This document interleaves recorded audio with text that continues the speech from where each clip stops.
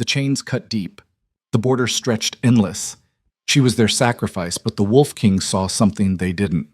If you're watching from anywhere in the world, drop your city in the comments below. And if you want to see how Alara survives what's coming next, hit that like button and stick around until the very end. Trust me, you won't see this twist coming. The iron tasted like blood. Alara Voss had been chewing the inside of her cheek for the last 3 miles, trying to focus on something other than the shackles grinding her wrists raw. The chains were old, rusted in places, sharp in others, and they rattled with every stumbling step she took across the frozen ground. Her bare feet had gone numb an hour ago. She couldn't feel the stones anymore, just the occasional bright flare of pain when she stepped on something particularly jagged. Good. Pain meant she was still alive. Behind her, the escort from Silverpine Pack kept their distance.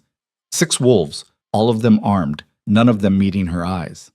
She recognized 2 of them, Garrett, who used to bring her wild herbs when she was younger, and Senna, who'd once asked Alara to heal her daughter's fever. Neither had spoken a word to her since they dragged her from the cellar 3 days ago. Alara didn't blame them. Fear had a way of making cowards of everyone. "Keep moving," one of the rear guards barked. His voice cracked on the second word. Young, then, probably his first trade run. She didn't bother responding. What was there to say? Thanks for selling me to settle a debt I didn't create? I hope my life buys you another year of peace. The wind picked up, cutting through the thin excuse for address they'd given her. It wasn't mercy, it was practicality. Blackridge wouldn't want damaged goods, so they couldn't let her freeze to death before the handoff. But they also couldn't let her look too comfortable. That might suggest value, and Alara Voss had been made very clear on her value. 0. How much farther? Senna's voice drifted forward. She sounded tired. Another mile, maybe less. That was Garrett. He'd always been good with distances. They'll be waiting at the marker stones. Alara's stomach clenched.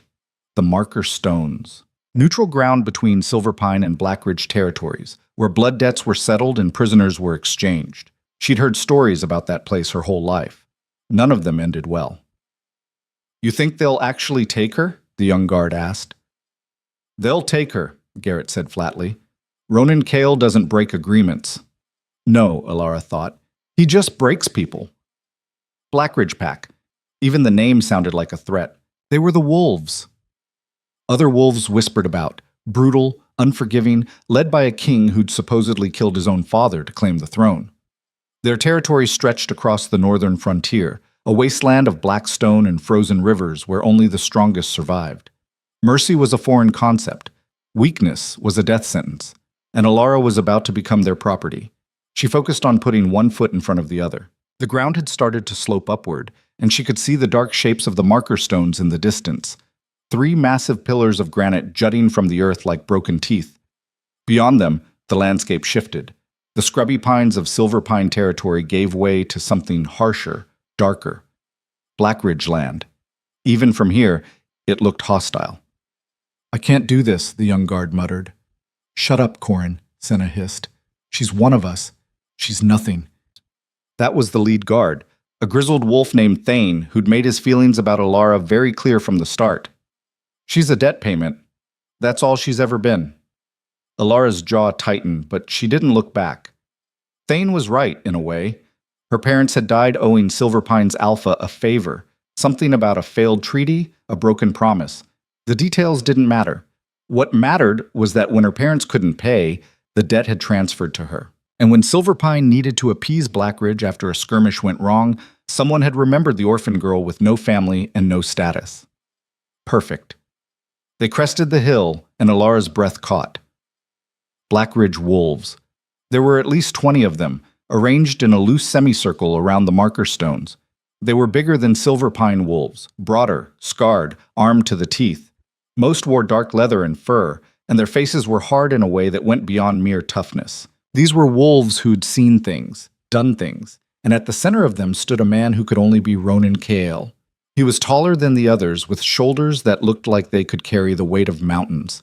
His hair was dark, pulled back from a face that was all sharp angles and brutal beauty, the kind of face that belonged on ancient coins or war memorials. He wore black from head to toe, and a long coat that moved like smoke in the wind. But it was his eyes that stopped her, silver, cold, and fixed directly on her. Alara's heart slammed against her ribs. That's far enough. Ronan's voice cut across the distance like a blade. Deep, controlled, carrying the kind of authority that didn't need volume. The Silver Pine escort halted immediately. Thane stepped forward, pulling a rolled parchment from his coat. We bring payment for the debt owed. 1 life, as agreed in the Treaty of... I can read. Ronan's gaze hadn't left Alara. Bring her forward. Garrett moved to obey, but Thane held up a hand. The terms state inspection rights. We need verification that... now. The single word carried such weight that even Thane flinched. Garrett grabbed Alara's chains and pulled her forward, half dragging her down the slope toward the marker stones. She stumbled twice, caught herself, kept moving. The Blackridge wolves watched in silence. A few of them looked curious, most looked bored. She was nothing to them. Just another transaction. Garrett shoved her forward when they reached the stones, and Alara went to her knees on the frozen ground. The impact sent pain shooting up her legs, but she bit down hard and didn't make a sound. She'd be damned if she gave them that. Boots appeared in her line of vision, black leather, scuffed, but well made. Look at me. It wasn't a request. Alara raised her head slowly, forcing herself to meet Ronan Kael's eyes. Up close, they were even more unsettling, not quite human, not quite wolf, something in between that made her skin prickle with instinctive wariness.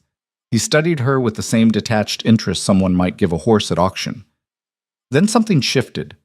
His eyes widened fractionally, barely noticeable, but Alara caught it. A muscle twitched in his jaw. For just a second, his carefully controlled expression cracked, revealing something underneath that looked almost like shock. Then it was gone. Remove the chains, Ronan said quietly. Behind him, one of his wolves stepped forward, a massive man with a braided beard and kind eyes that seemed out of place on a Blackridge warrior. He knelt beside Alara and produced a key. This might hurt, he murmured. The metals dug in pretty deep. The shackles fell away with a series of metallic clicks. Blood rushed back into Alara's hands, bringing a wave of pins and needles so intense she had to close her eyes. When she opened them again, Ronan was still staring at her. Can you stand? She nodded. Then do it. Alara pushed herself to her feet, swaying slightly. The world tilted, steadied. She locked her knees and faced him, chin up despite everything. If she was going to die here, she'd do it on her feet. Ronan's expression remained unreadable. What's your name? Alara Voss. And you are here to settle a blood debt owed by Silverpine Pack to Blackridge. It wasn't a question, but she answered anyway. Yes. Did you agree to this? The question caught her off guard. Behind her, she heard Thane shift nervously. Alara's voice came out rough. She cleared her throat, tried again. I wasn't given a choice. That's not what I asked. She met his eyes. No, I didn't agree. Silence stretched between them. Somewhere in the distance, a crow called out, the sound harsh and lonely. Ronan's gaze swept over her, taking in the torn dress, the bruises on her arms, the raw wounds on her wrists where the shackles had cut deep. His jaw tightened again. She's half starved, he said, still looking at her but clearly addressing Thane. Injured, barely able to stand. The terms didn't specify condition. The terms specified a life. Ronan's voice dropped to something dangerous. This is barely that. She's alive, Thane protested. That's all the treaty requires. Ronan finally turned to face the Silverpine wolves. The temperature seemed to drop 10 degrees. You bring me a broken girl in chains and call it payment? She's a healer, Thane said quickly. Rare gift. Worth more than the scraps you fed her? Worth more than the cellar you kept her in? Ronan took a step forward. Every Blackridge wolf behind him tensed, hands moving to weapons. I know what you did to her. The whole frontier knows. You starved your own pack member and sold her like livestock. Thane's face went red. We fulfilled the terms. You fulfilled nothing. Ronan's voice was quiet now, which somehow made it worse. You brought me a girl you've already destroyed and expected me to call it even. Then refuse the trade, Thane shot back. Break the treaty. See what happens when... I accept. The words fell like stones into water. Thane blinked. What? I accept the payment. Ronan's eyes cut back to Alara, and something flickered in their depths, something she couldn't name. The debt is settled. Alara Voss is now under Blackridge protection. Protection. The word sounded wrong coming from him. Thane looked like he wanted to argue, but he just nodded and backed away. Fine. She's yours. We're done here. The Silverpine wolves turned to leave, all of them except Garrett. He hesitated, looking at Alara with something that might have been regret. I'm sorry, he said softly. Then he was gone, following the others back over the hill and out of sight. Alara stood alone in front of Ronan Kael, surrounded by 20 armed Blackridge wolves waiting for whatever came next. Her legs shook, her hands throbbed, but she didn't move, didn't speak. Ronan watched her for a long moment. You're not what I expected, he said finally. Neither are you. His eyebrows rose fractionally. No? I expected cruelty. You're just... She trailed off, searching for the word. Controlled. Something that might have been amusement crossed his face. Give it time. He turned to the bearded wolf who'd removed her chains. Fenrir, get her to the healer's quarters. Food, water, clean clothes. Make sure she's comfortable. Comfortable. Another wrong word? Fenrir nodded. Yes, my king. Ronan started to walk away, then paused. And Fenrir? If anyone touches her, anyone looks at her wrong, bring them to me. Understood. Alara's mind raced. This wasn't how it was supposed to go. She was supposed to be thrown in a cell, or killed, or put to work until she dropped, not given quarters and protection. Why? The word escaped before she could stop it. Ronan looked back at her. For just a second, one brief, unguarded moment, she saw something raw in his expression, something almost like recognition. Because you're mine now, he said quietly, and I protect what's mine. Then he was gone, striding away across the frozen ground with his wolves falling into step behind him, all except Fenrir, who remained at Alara's side, waiting patiently. Can you walk? He asked. I think so. Good. It's not far. Here. He shrugged out of his heavy fur cloak and draped it around her shoulders. The weight of it was immediate and grounding. Better? Alara nodded, not trusting her voice. They walked in silence, following a narrow path that wound between black rocks and dead trees. The landscape here was harsh, all sharp edges and shadows, nothing soft or forgiving. But there was a strange beauty to it, too, in the way starlight caught on ice and the wind sang through stone. You're wondering why he didn't hurt you, Fenrir said after a while. Alara glanced at him. Aren't you going to tell me it's not my place to wonder? No. He smiled, and it transformed his whole face. I'm going to tell you that Ronan Kael is many things, but he's not the monster the frontier thinks he is. Then what is he? Fenrir's smile faded. That's the question, isn't it? They walked for another 20 minutes before the fortress came into view. Blackridge Keep rose from the landscape like it had been carved from a single piece of black stone, all hard lines and brutal architecture, designed to withstand siege and storm. Torches burned in iron sconces along the walls, casting long shadows that danced and twisted in the wind. Home. This was supposed to be her home now. The thought was absurd. Guards nodded to Fenrir as they passed through the main gate. Inside the fortress was warmer but no less imposing. Stone corridors stretched in every direction, lit by more torches and the occasional oil lamp. Wolves moved with purpose. Warriors in training gear, servants carrying supplies, children darting between adults with the kind of wild energy that transcended pack boundaries. Through here, Fenrir led her down a side corridor to a heavy wooden door. These are the healer's quarters. You'll have your own room, access to the medicine stores, and a workspace. He pushed the door open, revealing a space that took Alara's breath away. It was beautiful. Not in a grand way, there were no tapestries or fine furniture, but in its simplicity and function. Shelves lined the walls, stocked with herbs and supplies. A large table dominated the center of the room, covered with clean linen and surgical tools. Sunlight, actual sunlight, poured through tall windows, warming the stone floor. And in the back, through an open doorway, she could see a small bedroom with a real bed and blankets that looked clean and thick. This can't be for me, Alara whispered. It is. Fenrir moved to the shelves, pulling down jars and bundles with practiced ease. Our last healer died 6 months ago. We've been managing without, but... He trailed off, shaking his head. It hasn't been easy. Alara walked to the center of the room, turning in a slow circle. Why do I get the feeling there's more you're not saying? Fenrir set down the herbs he'd been gathering and faced her. Blackridge isn't like other packs. Our culture is harsh. Pain is seen as strength, weakness is death. Most wolves would rather bleed out than admit they need help. Then why keep a healer's quarters at all? Because Ronan insists on it. Fenrir's voice softened. He lost someone close to him once, someone who might have lived if we'd had a healer. Since then, he's maintained these quarters, kept them ready. Just in case. Just in case. Elara traced her fingers along the edge of the work table, feeling the smooth wood beneath her touch. And now I'm that just in case. Now you're a lot more than that. Fenrir moved toward the door. Rest, eat.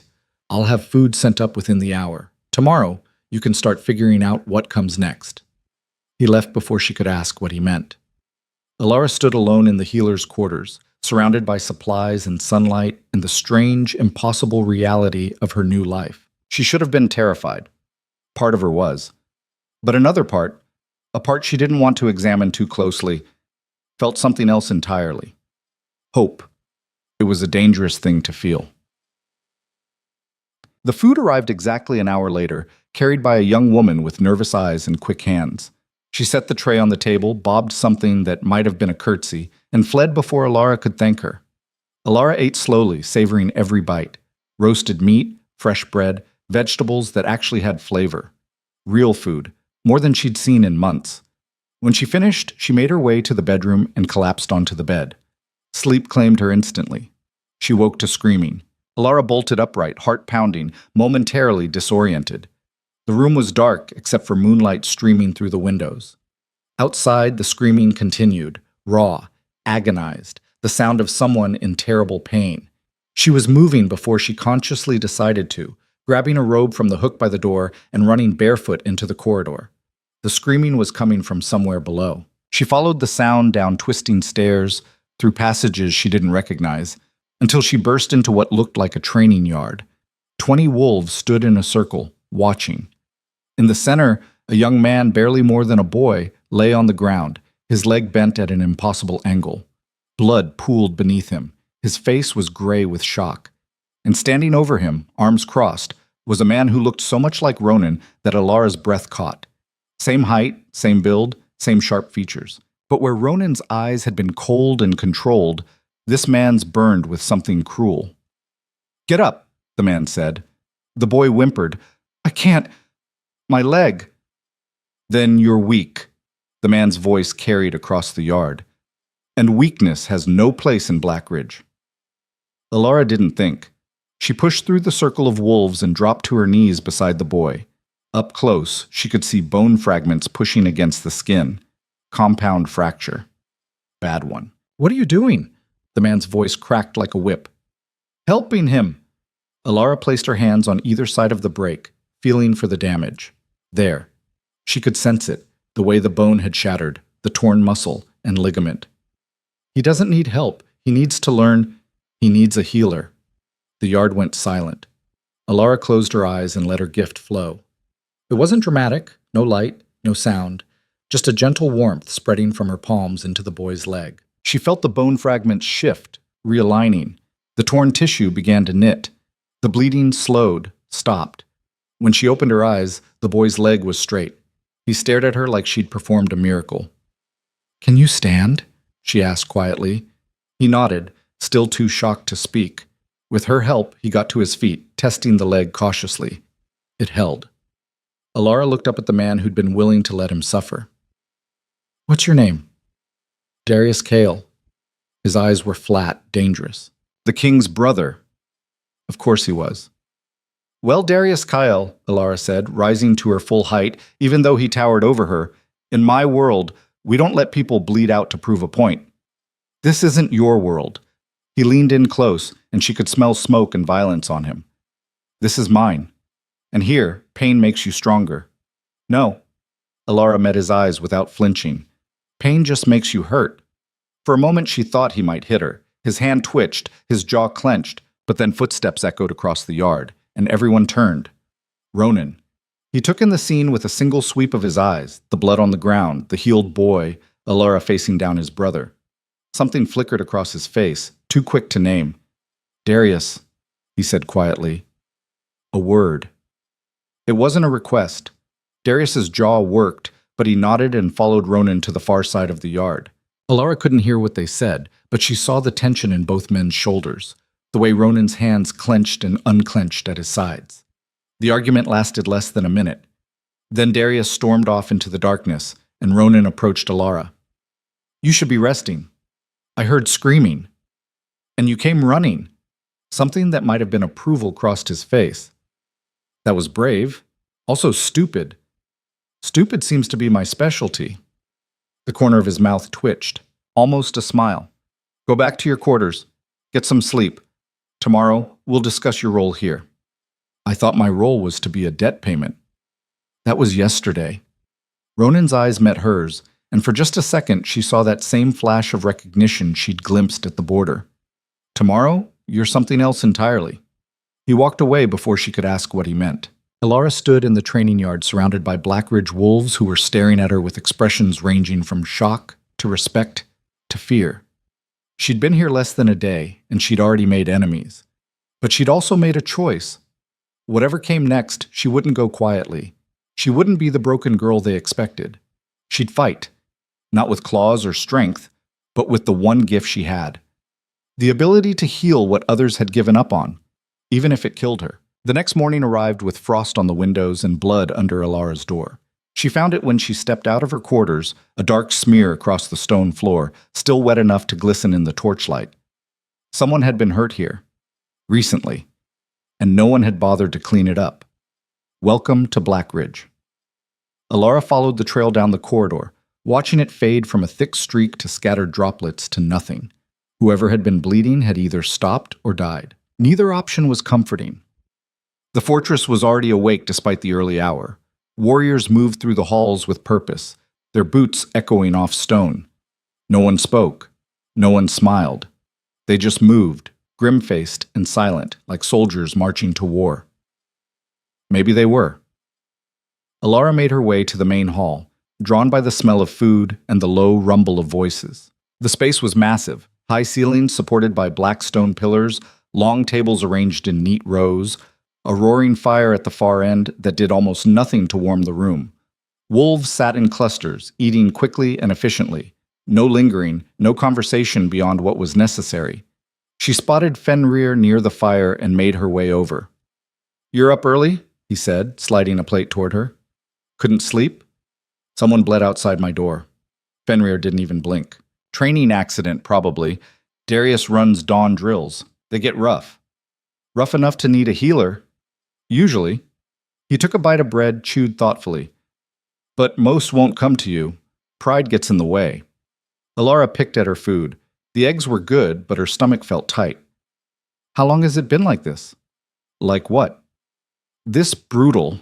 Fenrir set down his fork. "Always, since before Ronan took the throne. His father believed strength was everything, that mercy made you weak, kindness made you soft. Darius learned at his feet. When their father died and Ronan became king, everyone expected things to change." He paused. "They didn't." "Why not?" "Because Ronan carries his own demons." Fenrir's voice dropped. "And because Darius still holds too much power. He's captain of the guard, commander of the warriors. Half the pack answers to him before they answer to Ronan. That's a problem." "That's an understatement." A commotion near the entrance cut off whatever Alara might have said next. Wolves were entering in pairs and small groups, supporting injured packmates. She counted 6, all of them bleeding, limping, barely standing. Dawn drills. "I need to go," Alara said, already moving. Fenrir caught her arm. "Wait, you can't just watch me." She crossed the hall quickly, intercepting the first pair before they could disappear down a side corridor. Up close, the damage was worse than she'd thought. The warrior being supported had deep gashes across his chest, the kind that suggested claws. His breathing was shallow, labored. "Let me help," Alara said. The uninjured wolf, a woman with scars across her face, shook her head. "We don't need—" "You're bleeding through your shirt," Alara interrupted, looking at the woman's side where red was seeping through the fabric. "Both of you are hurt. Let me help, or get out of my way so I can help someone else." The woman's eyes widened. For a moment, Alara thought she'd refuse. Then she nodded once, sharp and quick. "Healer's quarters," Alara said. "Can you make it?" Yes. Go. I'll be right behind you. She moved to the next pair, then the next, directing them all to her workspace. By the time she reached the last injured wolf, a young man with a dislocated shoulder and a face full of shame, the hall had gone quiet. Everyone was watching, including Darius. He stood near the fire, arms crossed, expression unreadable. Their eyes met across the room. Alara lifted her chin, daring him to object. He smiled. It wasn't pleasant. Then he turned and walked away. Alara didn't have time to worry about what that meant. She had patience waiting. The next 3 hours passed in a blur of blood and bone. Alara worked methodically, treating each injury in order of severity. The warrior with the chest wounds came first. She had to repair internal damage before addressing the surface cuts. Then the woman with the side injury whose ribs had been cracked. Then the others. None of them spoke beyond what was necessary. They endured her touch with gritted teeth and rigid spines, as if accepting help was itself a kind of failure. You can relax, Alara told the young man with the dislocated shoulder as she positioned his arm. This is going to hurt regardless of how tense you are. Pain makes you stronger, he said through clenched teeth. Pain just makes you hurt. She pulled, feeling the joint pop back into place. He gasped, but didn't cry out, and pretending otherwise doesn't make you brave. It just makes you stubborn. She felt the shoulder settle, knit the torn ligament, stepped back. Test it. He rotated his arm cautiously. Full range of motion, no grinding, no pain. His eyes went wide. How did you— Training, Alara said simply. Same as you trained to fight. I trained to heal. Now go get some rest. And next time Darius pushes you past your limit, remember you're allowed to say no. I'm not. The young man's voice was quiet.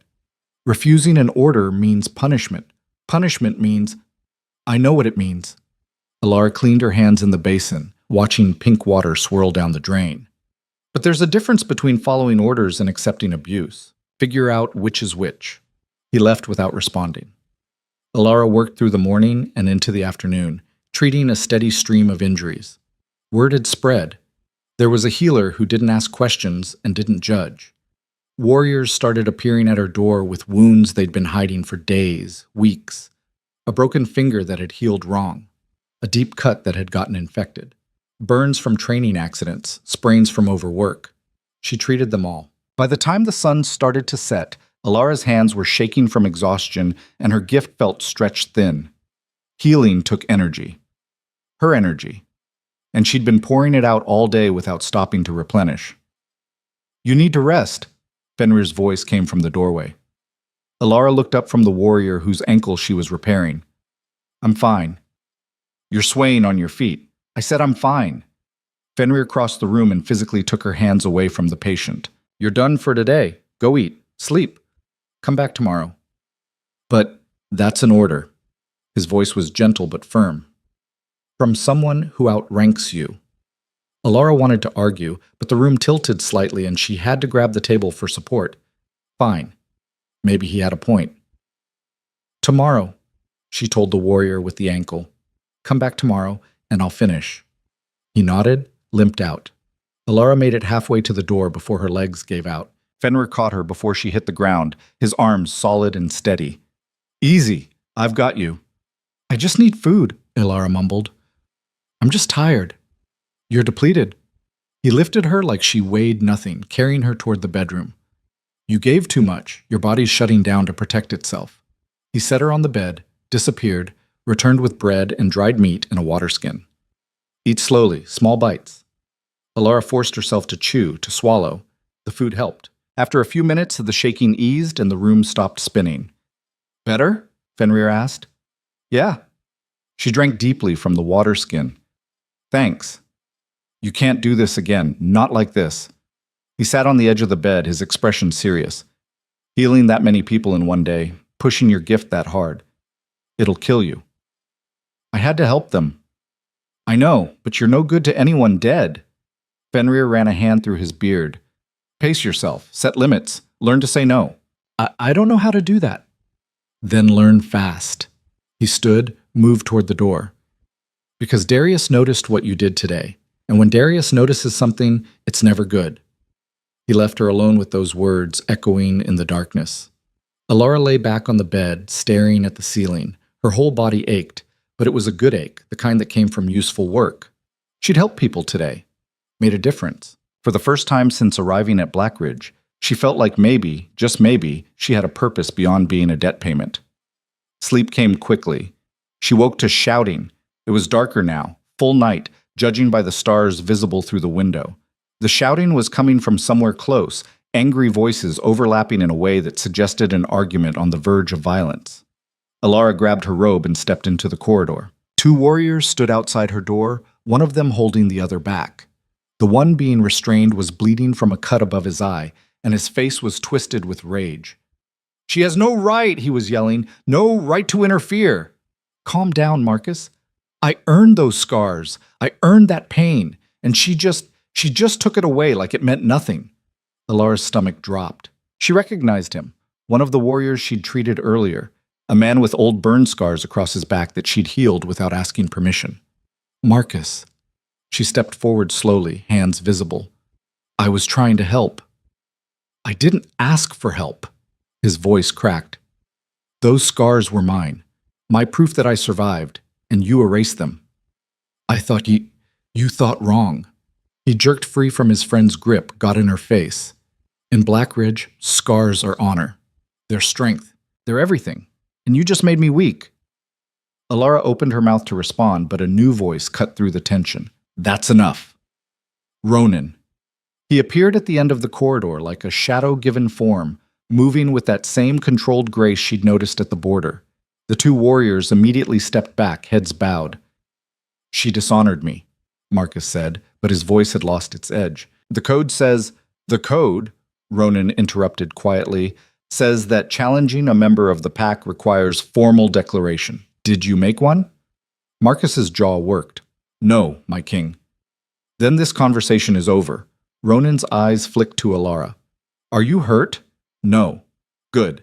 He looked back at Marcus. "You have 2 choices. Accept the healing and move forward, or come to me tomorrow and we'll discuss reassignment. But you don't threaten her. Clear?" "Clear." The warriors left. Ronan remained, studying Alara with that same unreadable expression. "You can't heal everyone," he said finally. "Why not?" "Because some people need their pain." He moved closer, and she caught the scent of smoke and leather. "In Blackridge, scars tell stories. They're proof you survived something others didn't.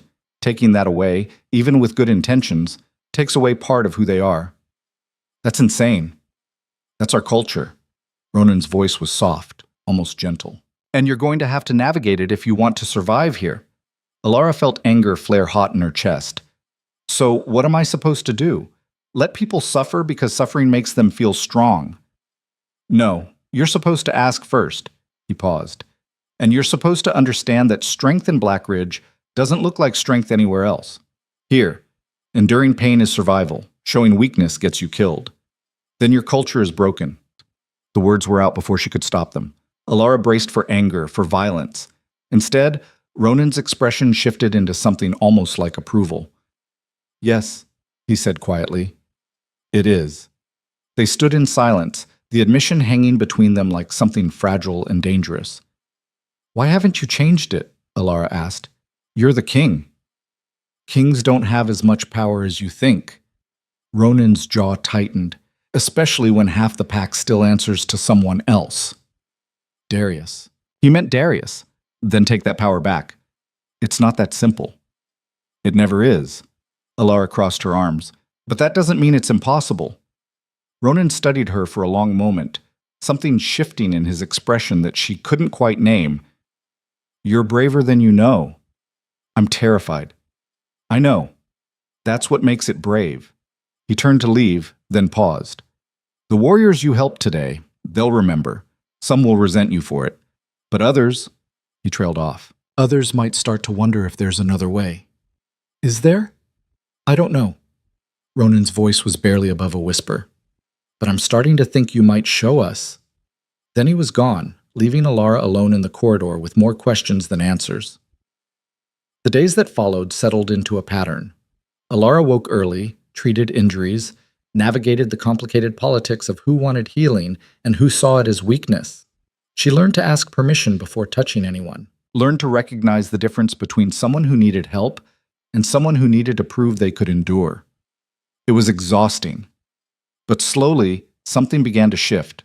The warriors who'd accepted her healing started coming back, not for treatment, but to talk, to ask questions, to sit in the healer's quarters and just exist in a space where pain wasn't glorified and weakness wasn't punished. Fenrir became a regular presence, helping her organize supplies and running interference when someone got aggressive.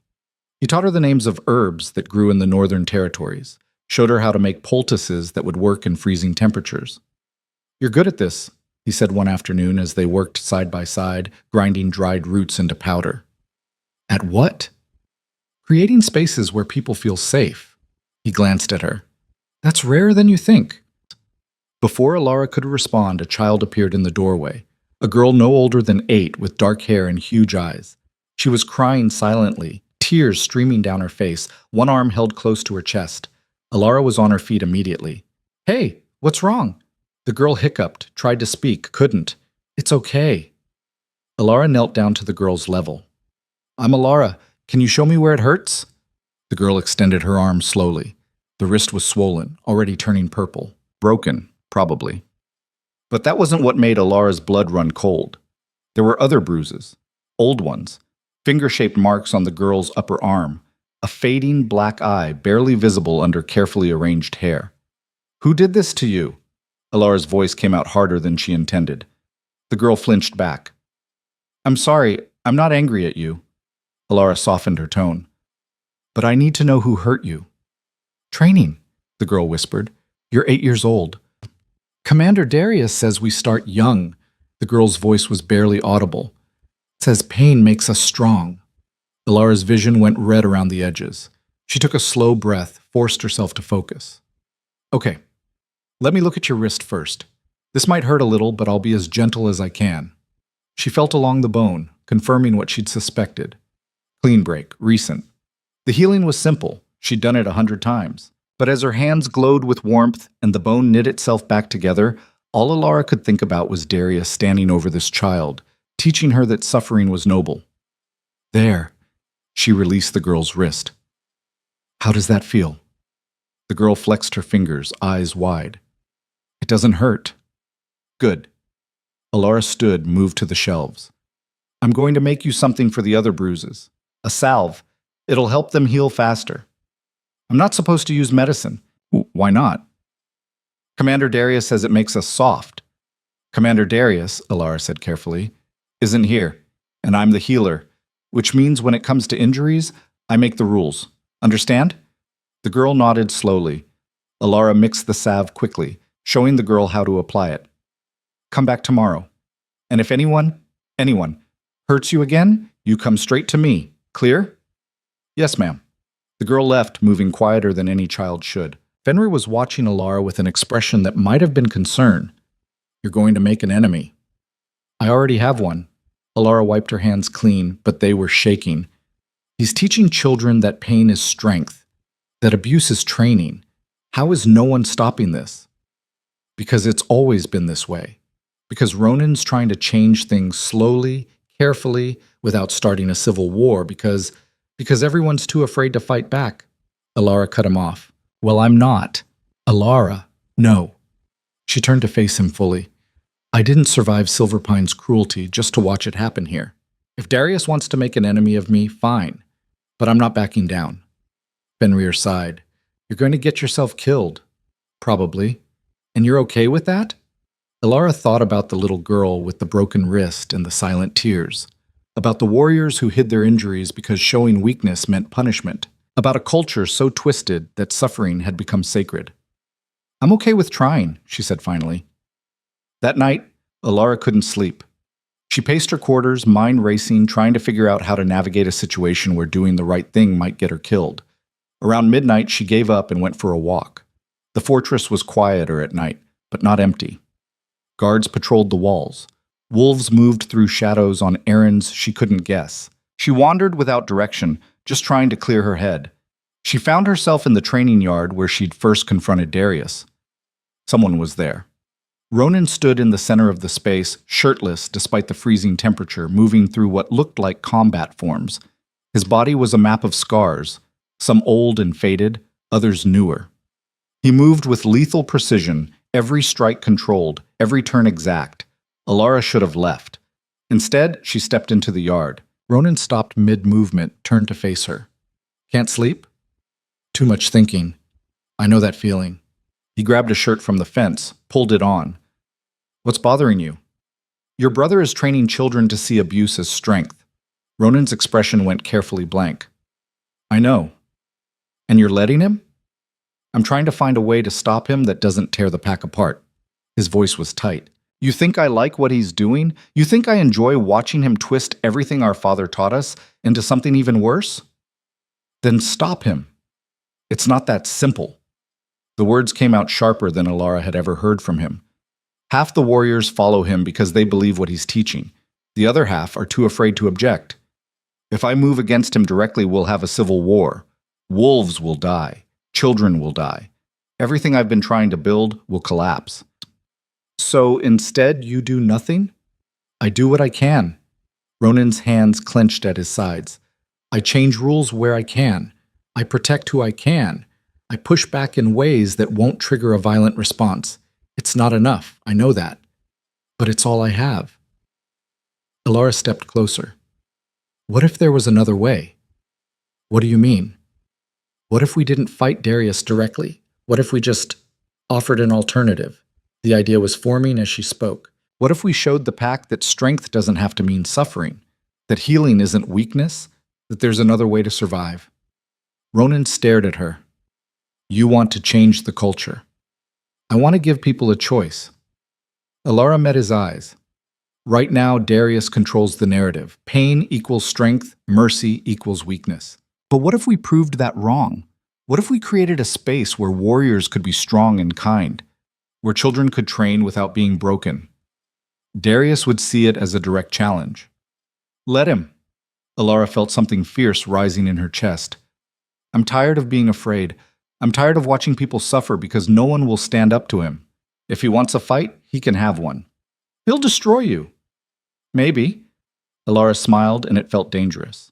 But I bet I can heal faster than he can hurt me. For a long moment, Ronan just looked at her. Then, slowly, something shifted in his expression, the careful control cracking to reveal something raw underneath. You're insane, he said. Probably. And brave, and reckless, and... He stopped, shook his head. I should forbid this. But you won't. No. His voice was quiet. Because you're right. We need another way. And if there's even a chance you can show us one. He trailed off. What do you need from me? Permission, protection, and a promise that you'll back me when Darius retaliates. You have all three. Ronan extended his hand. Alara took it. His palm was warm, calloused, steady. The moment their skin touched, she felt it again, that strange recognition, like something deep inside her knew him, recognized him. Thank you, she said. Ronan didn't let go. One condition. What? You don't do this alone. Fenrir will help you, so will others. Build your support before you make your move. Because when Darius realizes what you're doing, his grip tightened fractionally. He won't play fair. Neither will I. Something that might have been admiration flickered in Ronan's eyes. I believe you. They stood there in the training yard, hands clasped, an alliance forming between them that felt bigger than either of them had intended. Overhead, clouds shifted and moonlight spilled across the fortress, painting everything silver. Alara felt the weight of what she'd just committed to. The danger. The risk. The very real possibility that this would end with her death. But she also felt something else. Something she hadn't felt in a long time. Purpose. I should let you sleep, Ronan said, but he still hadn't released her hand. You should. Neither of them moved. Then, from somewhere in the fortress, a bell tolled, deep and resonant. Ronan's head snapped up. What is that? Alara asked. Emergency signal. He was already moving toward the main building. Stay here. Not a chance. She followed him through corridors and downstairs, emerging into a large chamber filled with warriors. At the center stood Darius, and at his feet lay a body. Alara's breath caught. It was the young warrior from earlier, the one she'd told to question orders. His throat had been cut. Fresh blood pooled beneath him. "Training accident," Darius announced to the assembled crowd. His voice was calm, almost bored. He overstepped, challenged authority. "This is the consequence." "You murdered him," Ilara heard herself say. Every head turned. Darius's eyes found hers across the room. He smiled. "I enforce discipline. There's a difference." He was barely 18 years old. Old enough to know better. Darius stepped over the body like it was nothing. Old enough to understand that in Blackridge, weakness is death. You should remember that, healer, before you forget your place. The threat was clear. The message unmistakable. This was what happened to wolves who questioned the order of things. Ilara looked at Ronan. His face was stone, but his eyes burned with helpless fury. He couldn't move against Darius. Not here, not now, not without triggering the very war he was trying to prevent. But Ilara could. She crossed the room slowly, deliberately, until she stood over the dead warrior. Then she knelt, placed her hands on his chest, and poured every ounce of her gift into him. "What are you doing?" Darius's voice had lost its casual tone. Ilara didn't answer. She focused everything she had on the cooling body beneath her hands, the torn throat, the damaged vessels, the still heart. "Bring him back, please, let me bring him back." Her gift flared hot and bright and desperate. The warrior gasped. His eyes flew open. Blood rushed back into his face. The wound in his throat sealed, healed, became nothing but a thin scar. Impossible. Ilara had never brought someone back from death before. Didn't think she could. But here, in this moment, driven by rage and defiance and something she couldn't name, she'd done it. The warrior sat up, coughing, alive. The chamber erupted. Warriors surged forward, some trying to see the miracle, others backing away in fear. Darius stood frozen, his expression caught between fury and shock. And Ronan was staring at Ilara like he'd never seen her before, like she was something terrifying and magnificent and completely beyond his understanding. Ilara stood on shaking legs, her gift completely depleted, her body screaming in protest. She locked eyes with Darius across the chaos. "In my world," she said clearly, loudly, "we don't let people die to prove a point." Then her legs gave out and darkness swallowed her whole. She woke to firelight and voices arguing in hushed tones. Ilara's eyes cracked open to find herself back in her quarters, tucked under heavy blankets that smelled like smoke and pine. Every muscle in her body screamed. Her head pounded like someone had taken a hammer to her skull. Even breathing hurt. "Completely reckless," a familiar voice was saying. Fenrir. She could have died. But she didn't. That was Ronan, quieter but no less intense. She brought him back. Do you understand what that means? It means Darius will see her as a threat he can't ignore. He already saw her that way. Ilara tried to sit up and immediately regretted it. The room spun violently, and nausea rolled through her stomach. "Don't move." Ronan was beside her instantly, one hand on her shoulder. "You've been out for 2 days." "2." Her voice came out as a croak. "The warrior, is he alive, healthy?" "Telling everyone who will listen that you brought him back from the dead." Ronan's expression was complicated. "Half the pack thinks you're blessed. The other half thinks you're dangerous." "Which half does Darius belong to?" "Both." Fenrir appeared on her other side, pressing a cup of water into her hands. "Drink, slowly." Ilara obeyed, feeling the liquid soothe her raw throat. "What happened after I passed out?" The two men exchanged glances. "Chaos," Fenrir said finally. "Warriors arguing about whether what you did was a miracle or a violation. Darius trying to spin it as dark magic. Ronan declaring you under royal protection. And then Darius challenged that protection," Ronan added, his voice tight. "In front of everyone. Said that if you were truly under my authority, you should be subject to pack law, which means a trial." Ilara's stomach dropped. "Trial for what?" "Interfering with pack justice. Using forbidden magic. Take your pick." Ronan's jaw clenched. "He's turning this into a power play. If I protect you, I'm undermining pack law. If I don't, he gets to punish you however he sees fit." "When?" "Tomorrow night, full moon. The whole pack will witness." Fenrir's voice was grim. "It's theater. Darius wants everyone to see what happens when someone challenges him." Ilara set down the cup, her hand steadier than she felt. "Then we give them a show." "This isn't a game," Ronan snapped. "If the trial goes against you, Darius can demand execution.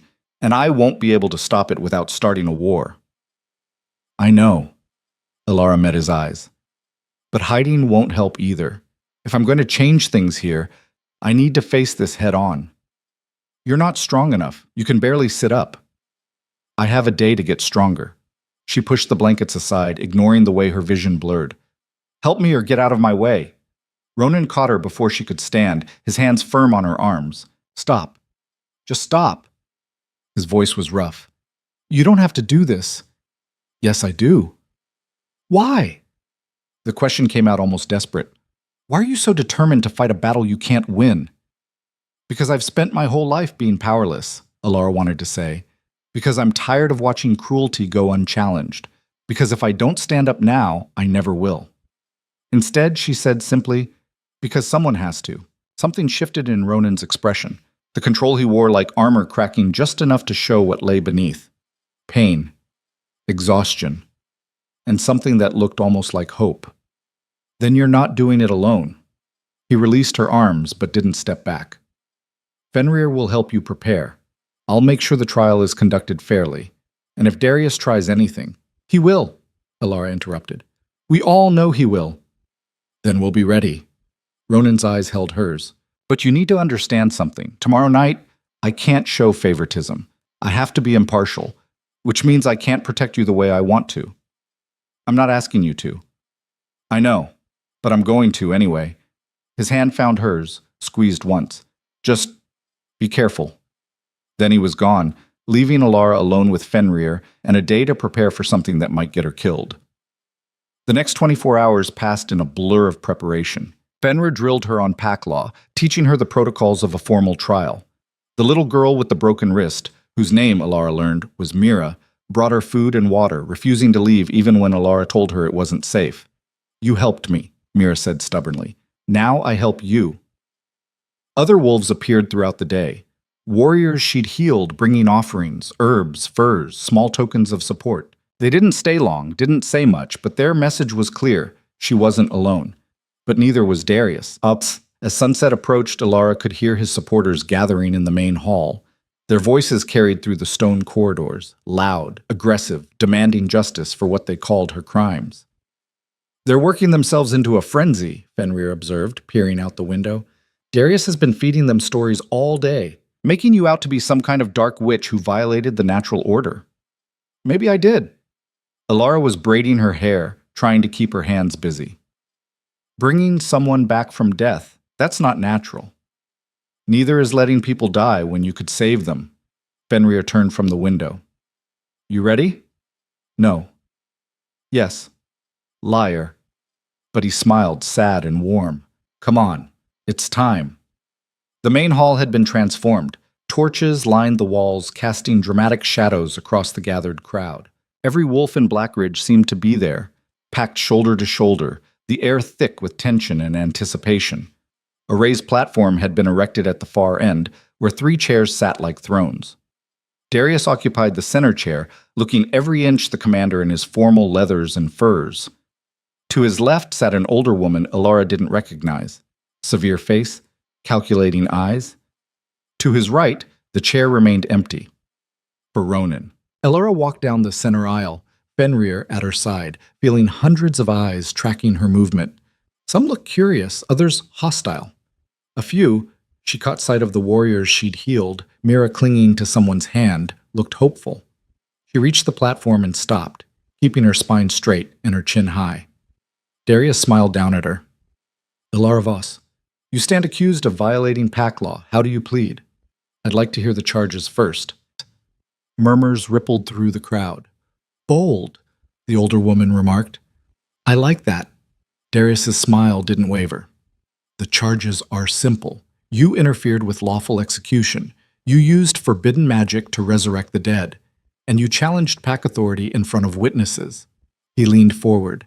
Each crime carries a penalty of death. Then it's a good thing I'm not guilty. The murmurs grew louder. You don't deny what you did? Darius asked.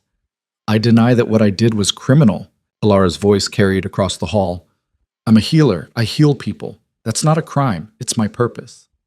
You brought someone back from death. I brought someone back from murder. Alara turned to address the crowd directly. That warrior died because he questioned orders, because he dared to think for himself, and Commander Darius killed him for it. Lies. Darius was on his feet. He died in training. His throat was cut. Alara's voice was sharp. That's not training. That's execution. The hall erupted. Warriors shouted over each other, some supporting Darius, others demanding answers. Alara watched it unfold with grim satisfaction. She'd thrown the first stone. Now chaos would do the rest. Silence! The command came from the entrance. Ronan entered like a storm made flesh. He'd changed into formal attire, black and silver, a crown of twisted metal resting on his dark hair. He looked every inch the king, and the crowd fell quiet immediately. He took the empty chair without looking at Alara, his face carved from stone. Continue. Darius sat back down, but his composure was rattled. We were discussing the accused's crimes. I heard. Ronan's tone was neutral. Elder Morna, what does Pack Law say about healing magic? The older woman consulted a thick book in her lap. It's permitted, even encouraged, provided it doesn't violate the natural order. And resurrection? Falls into gray area. Morna's eyes gleamed. Some argue it violates natural order. Others argue it's the highest form of healing. Precedent could go either way. Convenient, Darius muttered. What about the charge of challenging authority? Ronan asked. That one's clearer, Morna said. If the accused openly defied a direct command from a superior, penalty is severe. But, she paused, if the command itself was unlawful, the accused had duty to resist. Alara felt a spark of hope. Morna was giving her an opening. The command to execute that warrior, Alara said quickly. Was it lawful? He challenged my authority, Darius shot back. Pack Law is clear. Pack Law says challenges must be formal, Morna interrupted, still consulting her book. Declaration witnessed, terms agreed upon. Was that done? Darius's jaw worked. The situation was fluid. That's not an answer. He was insubordinate. Still not an answer. Morna looked at Ronan. My king, I believe we need testimony from witnesses. Did anyone see what actually happened? Silence. Then, from the back of the hall, a voice. I did. Every head turned.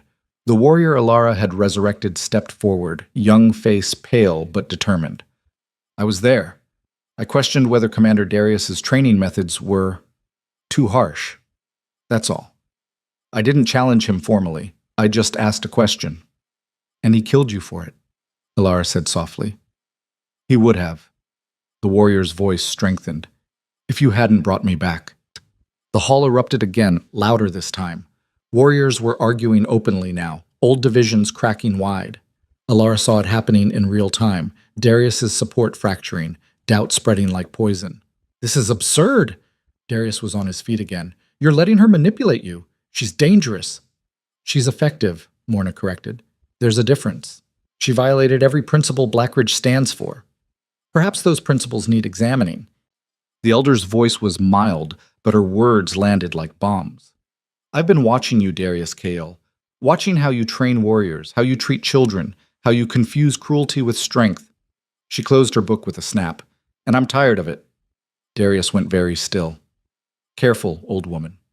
Or what? You'll kill me too? Morna laughed, sharp and bitter. I've lived through 5 kings. I'm not afraid of you. Ronan remained seated, his expression unreadable, but Alara caught the slight tension in his shoulders. He was letting this play out, letting Morna do what he couldn't.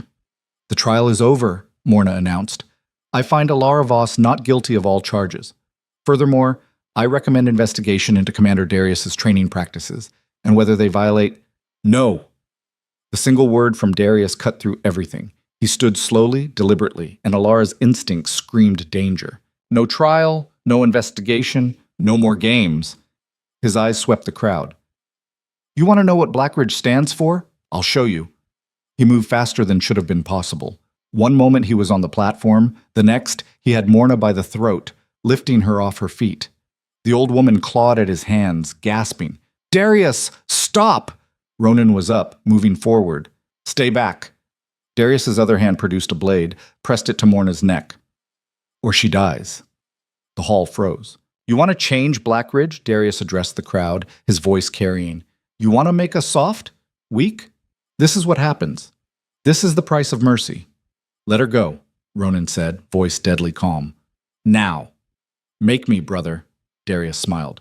Come on, show them what you really are. Show them the beast. Alara saw it then, saw the trap. Darius was goading Ronan, trying to make him lose control. And if Ronan shifted, if he let whatever darkness he was fighting break free, he'd prove everything Darius had been saying. That strength was violence. That power meant cruelty. She had to do something. Wait, Alara stepped forward. Let her go and take me instead. Everyone stared. Alara, no. Fenrir grabbed for her, but she shook him off. That's what you want, isn't it? She addressed Darius directly. To prove I'm the problem. To show everyone what happens when someone challenges you. She moved closer. So take me. Let Morna go, and take me. Darius's eyes gleamed with something ugly.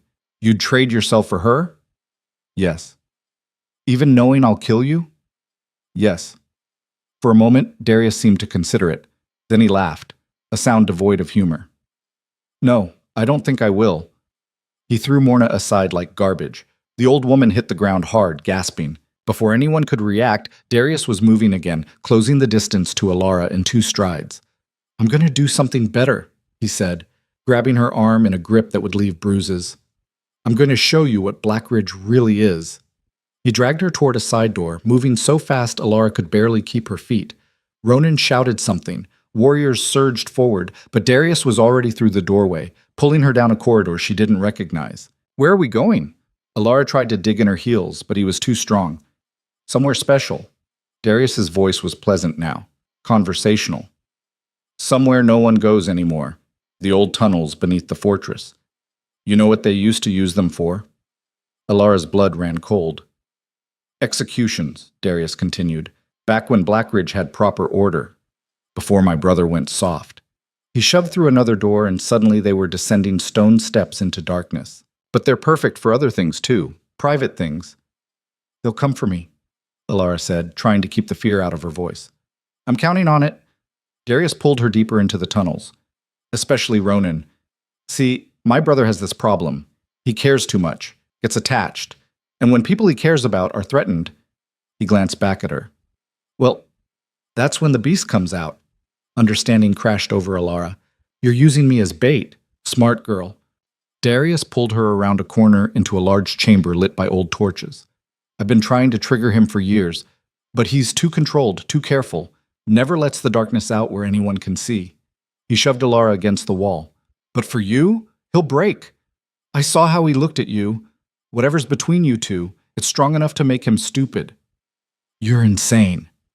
I'm practical. Darius produced rope from somewhere, began tying her wrists. When Ronan comes, and he will, I'll push him until that beast takes over. And when it does, when everyone sees what he really is, they'll beg me to take the throne. Problem solved. Alara tried to fight, but he was too strong, too skilled. Within seconds, she was bound to an old iron ring set into the wall, arms stretched above her head. Comfortable? Darius asked. Go to hell. Already there. He stepped back, examining his work. Now we wait. They didn't have to wait long. Footsteps echoed in the tunnels, running, urgent. Then Ronan burst into the chamber, Fenrir and a dozen warriors behind him. Let her go, Ronan said.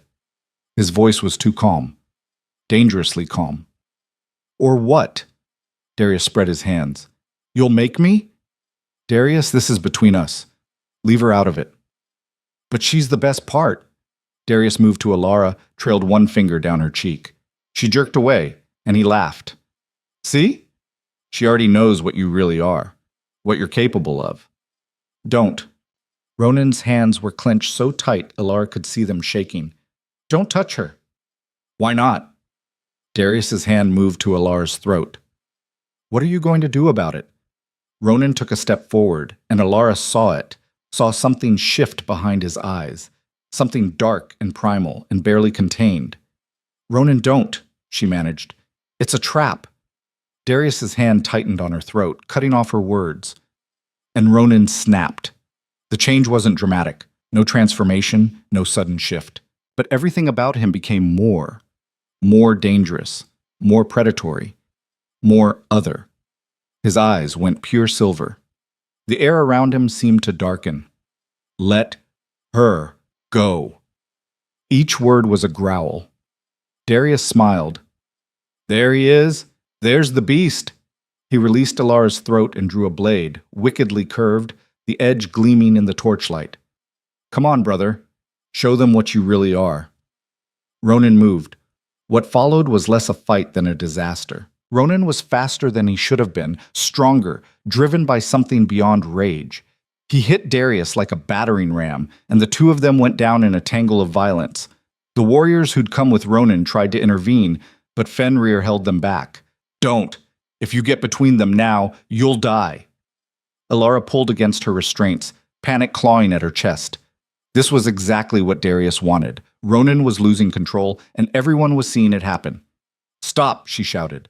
Ronan, stop! He didn't hear her, or couldn't. He had Darius pinned now, hands around his brother's throat, squeezing. Darius was laughing even as his face turned purple. That's it, Darius choked out. Kill me. Show them you're just like our father. Show them you're the monster. He struck upward with the blade he'd been hiding. The poison-coated steel drove deep into Ronan's side. Everything stopped. Ronan's eyes went wide. He released Darius, stumbled back, looked down at the blade protruding from his ribs.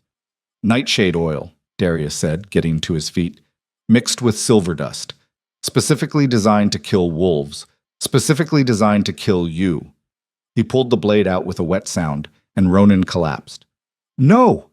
Alara pulled so hard against her restraints that her wrists bled. No, no, no. Darius wiped the blade on his sleeve, looking almost regretful.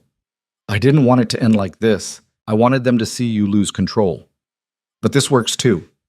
He addressed the watching warriors. Witness, I defended myself against the Beast King. He attacked me, and I had no choice. Liar! Fenrir's voice was raw. You provoked him.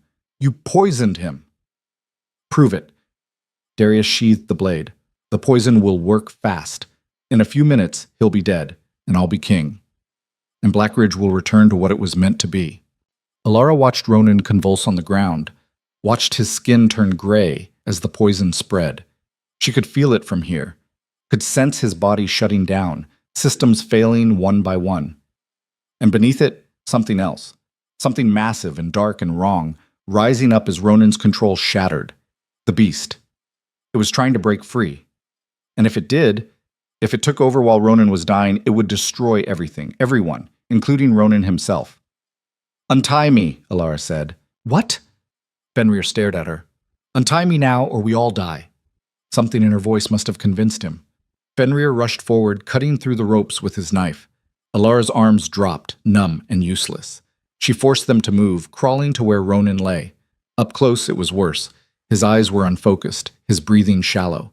Black veins spread from the wound like cracks in ice, and underneath his skin something moved. Ronan. She put her hands on his face. Can you hear me? His eyes found hers. For just a second, he was there, present, aware. Then the darkness swallowed him again. I'm going in, Alara said to no one in particular. Into his mind. I'm going to try to... That's suicide, Fenrir interrupted. If the beast is awake, it'll kill you. It'll kill him if I don't try. Alara placed her hands on Ronan's chest, feeling his heart race and stutter beneath her palms. Keep everyone back. No matter what happens, don't let them interfere. Alara, promise me. Fenrir's jaw worked. I promise. Alara closed her eyes and dove. The mental landscape was chaos. She found herself in darkness so complete it felt solid. Somewhere ahead, she could hear breathing, massive, labored, and human, and beneath that, a heartbeat like thunder. Ronan? Her voice echoed strangely. The breathing stopped. Then something moved in the darkness, something huge enough that Alara felt it displace air. She forced herself to stand still, to not run. I'm not here to fight you, she said to the darkness. I'm here to help. A growl answered her, low, dangerous, the sound of a predator that had never known mercy. I know you're scared, Alara continued. I know you think you're protecting him, but you're not. You're killing him. The darkness shifted. For just a moment, she caught a glimpse of what lived here. Something ancient and primal, all teeth and rage and survival instinct. It wasn't evil, it was terrified. You don't have to be alone, Alara whispered. You don't have to carry this by yourself. Another growl, but quieter now, uncertain. Alara took a step forward into the darkness, then another. Her gift flared warm in her chest, not attacking, just present, offering. Let me help you, she said. Let me help both of you. The beast emerged from the shadows. It was massive, wolf-shaped but wrong, too large, too sharp, made of nightmare and fear. Its eyes burned silver and its teeth could have torn her apart. Alara didn't run. She walked toward it, hands out, showing she had no weapons. I see you, she said. I see what you are. Not a monster, just something trying to survive. The beast lowered its head, bringing those burning eyes level with hers. And Alara understood. This wasn't some separate entity. This was Ronan. The part of him he'd been taught to hate, to hide, to fear. All his darkness, his rage, his grief, shaped into something he could barely control. It wasn't trying to destroy him. It was trying to keep him alive the only way it knew how, through violence. You don't have to fight anymore, Alara said gently. She placed one hand on the beast's massive head. You can rest. I've got him. The beast shuddered beneath her touch. Then, slowly, impossibly, it began to shrink. The teeth receded, the eyes dimmed. The darkness pulled back, condensing, reorganizing, becoming part of Ronan instead of something separate. Alara felt the moment it happened, felt the beast and the man merge, become whole, become balanced. The poison was still there, still killing him, but now she could fight it. Now she had a chance. She poured everything she had into healing him. The poison fought back, burning and toxic, but she was stronger. She found every drop, every trace, and neutralized it, repaired the damage to his organs, knit torn tissue, brought his heart back to steady rhythm. When she finally pulled back, gasping, Ronan's eyes were open, and they were his own. She was back in the physical world, sprawled across his chest, her hands still glowing faintly with warmth. Around them, the chamber was silent. Ronan stared up at her, and for the first time since she'd met him, his expression was completely unguarded. What did you do? He whispered. Saved you. That's not... He stopped, seemed to search for words. I felt you. Inside my head. You touched the beast and it didn't hurt me because it's not a beast. Alara's voice was rough with exhaustion. It's you. It's always been you. Just the parts you were afraid of. Ronan's hand came up to cup her face, his thumb brushing her cheek. How are you real? Before Alara could answer, Darius's voice cut through the moment. Touching, really. He was standing now, blade in hand again, looking at them with disgust. But it changes nothing. You're both still going to die. Ronan was on his feet so fast Alara barely saw him move, but this time there was no loss of control, no beast taking over. Just Ronan, whole, balanced, dangerous in a completely controlled way. You tried to kill me, he said calmly. You used poison. You manipulated her. You've been undermining me for years. He took a step forward. And I'm done. Darius backed up, suddenly looking uncertain. Brother, don't call me that. Ronan's voice was quiet, deadly. You stopped being my brother the day you chose fear over family. He moved. This fight was different. No wild rage, no loss of control, just precision. Ronan disarmed Darius in 3 moves, had him on the ground in 5. The blade clattered across the floor. You could have been better, Ronan said, looking down at his brother. You could have chosen differently. I did choose. Darius spat blood. I chose strength. No, you chose cruelty. Ronan's expression was almost sad. And that ends now. He looked up at the gathered warriors. Darius Kyle is stripped of rank and exiled from Blackridge. If he returns, he dies. Anyone who follows him goes with him. Silence. Then Fenrir stepped forward. I stand with my king. Another warrior joined him, then another. Within moments, every wolf in the chamber had made their choice, and none of them chose Darius. Ronan hauled his brother to his feet. You have until dawn to leave. After that, you're prey. Darius's face twisted with rage and humiliation. This isn't over. Yes, Ronan said quietly. It is. Fenrir and 2 others dragged Darius away, still fighting and cursing. The other warriors followed, leaving Ronan and Alara alone in the old execution chamber. For a long moment, neither spoke. Then Ronan turned to her, and the look on his face made Alara's breath catch. "You went into my mind," he said. "No one's ever done that before. I had to save you. You could have died. I know. And you did it anyway." He stepped closer. "Why?" "Because you're worth saving," Alara wanted to say. "Because despite everything, you're trying to be better. Because when I touch you, something in me recognizes something in you." Instead, she said, "Because someone has to stand up to the darkness. Might as well be me." Ronan's hand found hers, and Alara felt it again. That recognition, that pull, stronger than before now that nothing stood between them. "I felt you," he repeated. "Inside my mind. You saw everything, all the worst parts of me. And you didn't run." "Why would I?" Alara squeezed his hand. "I've got plenty of darkness in me too." His thumb traced circles on her palm. "What happens now?" "Now?" Alara smiled, exhausted and exhilarated and terrified. "Now we change everything." The fortress felt different in the morning light. Alara stood at the window of her quarters, watching the sun climb over the black stone walls. Below, the training yard was already full, but the sounds were different, less harsh, fewer screams.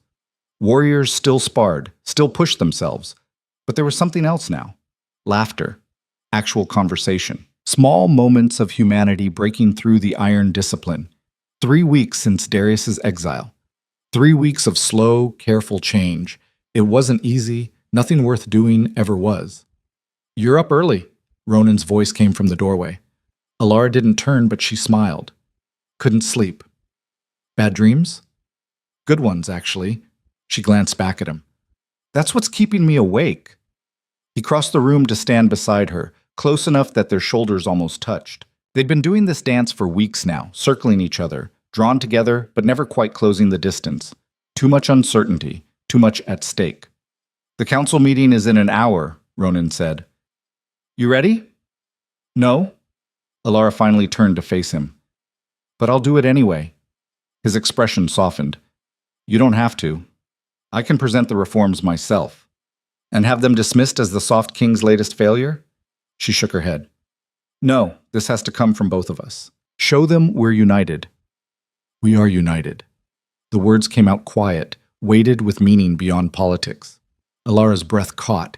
They stood there in the morning light, the space between them charged with everything unsaid.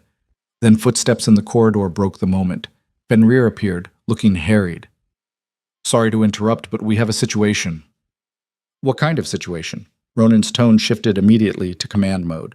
"The kind where 3 packs showed up at our border demanding to know if the rumors are true." Alara's stomach dropped. "What rumors?" "That Blackridge has gone soft. That we're harboring a witch who's corrupting our warriors. That our king is—" Fenrir hesitated. "Say it," Ronan ordered. "That our king is compromised, controlled by dark magic." Fenrir looked apologetic. "Darius has been spreading stories, turning the frontier against us." Of course he had. "How many warriors do they have?" Ronan asked. 50. Maybe more. They're calling for a demonstration of strength. Meaning they want us to prove we're still Blackridge. Ronan's jaw tightened. "Which means blood, violence, like everything we're trying to move past." "Or," Alara said slowly, "it means we show them something they've never seen before." Both men looked at her. "What are you thinking?" Ronan asked. "I'm thinking we give them their demonstration, just not the one they're expecting." An idea was forming, dangerous and possibly stupid. "How many of our warriors have I treated in the last 3 weeks?" Fenrir frowned. "Most of them. At least 60, maybe 70. "And how many came back after? Not for healing, just to be there." "All of them." Fenrir's expression shifted to understanding. "You want to show the other packs what we've become." "I want to show them what strength actually looks like." Alara turned to Ronan.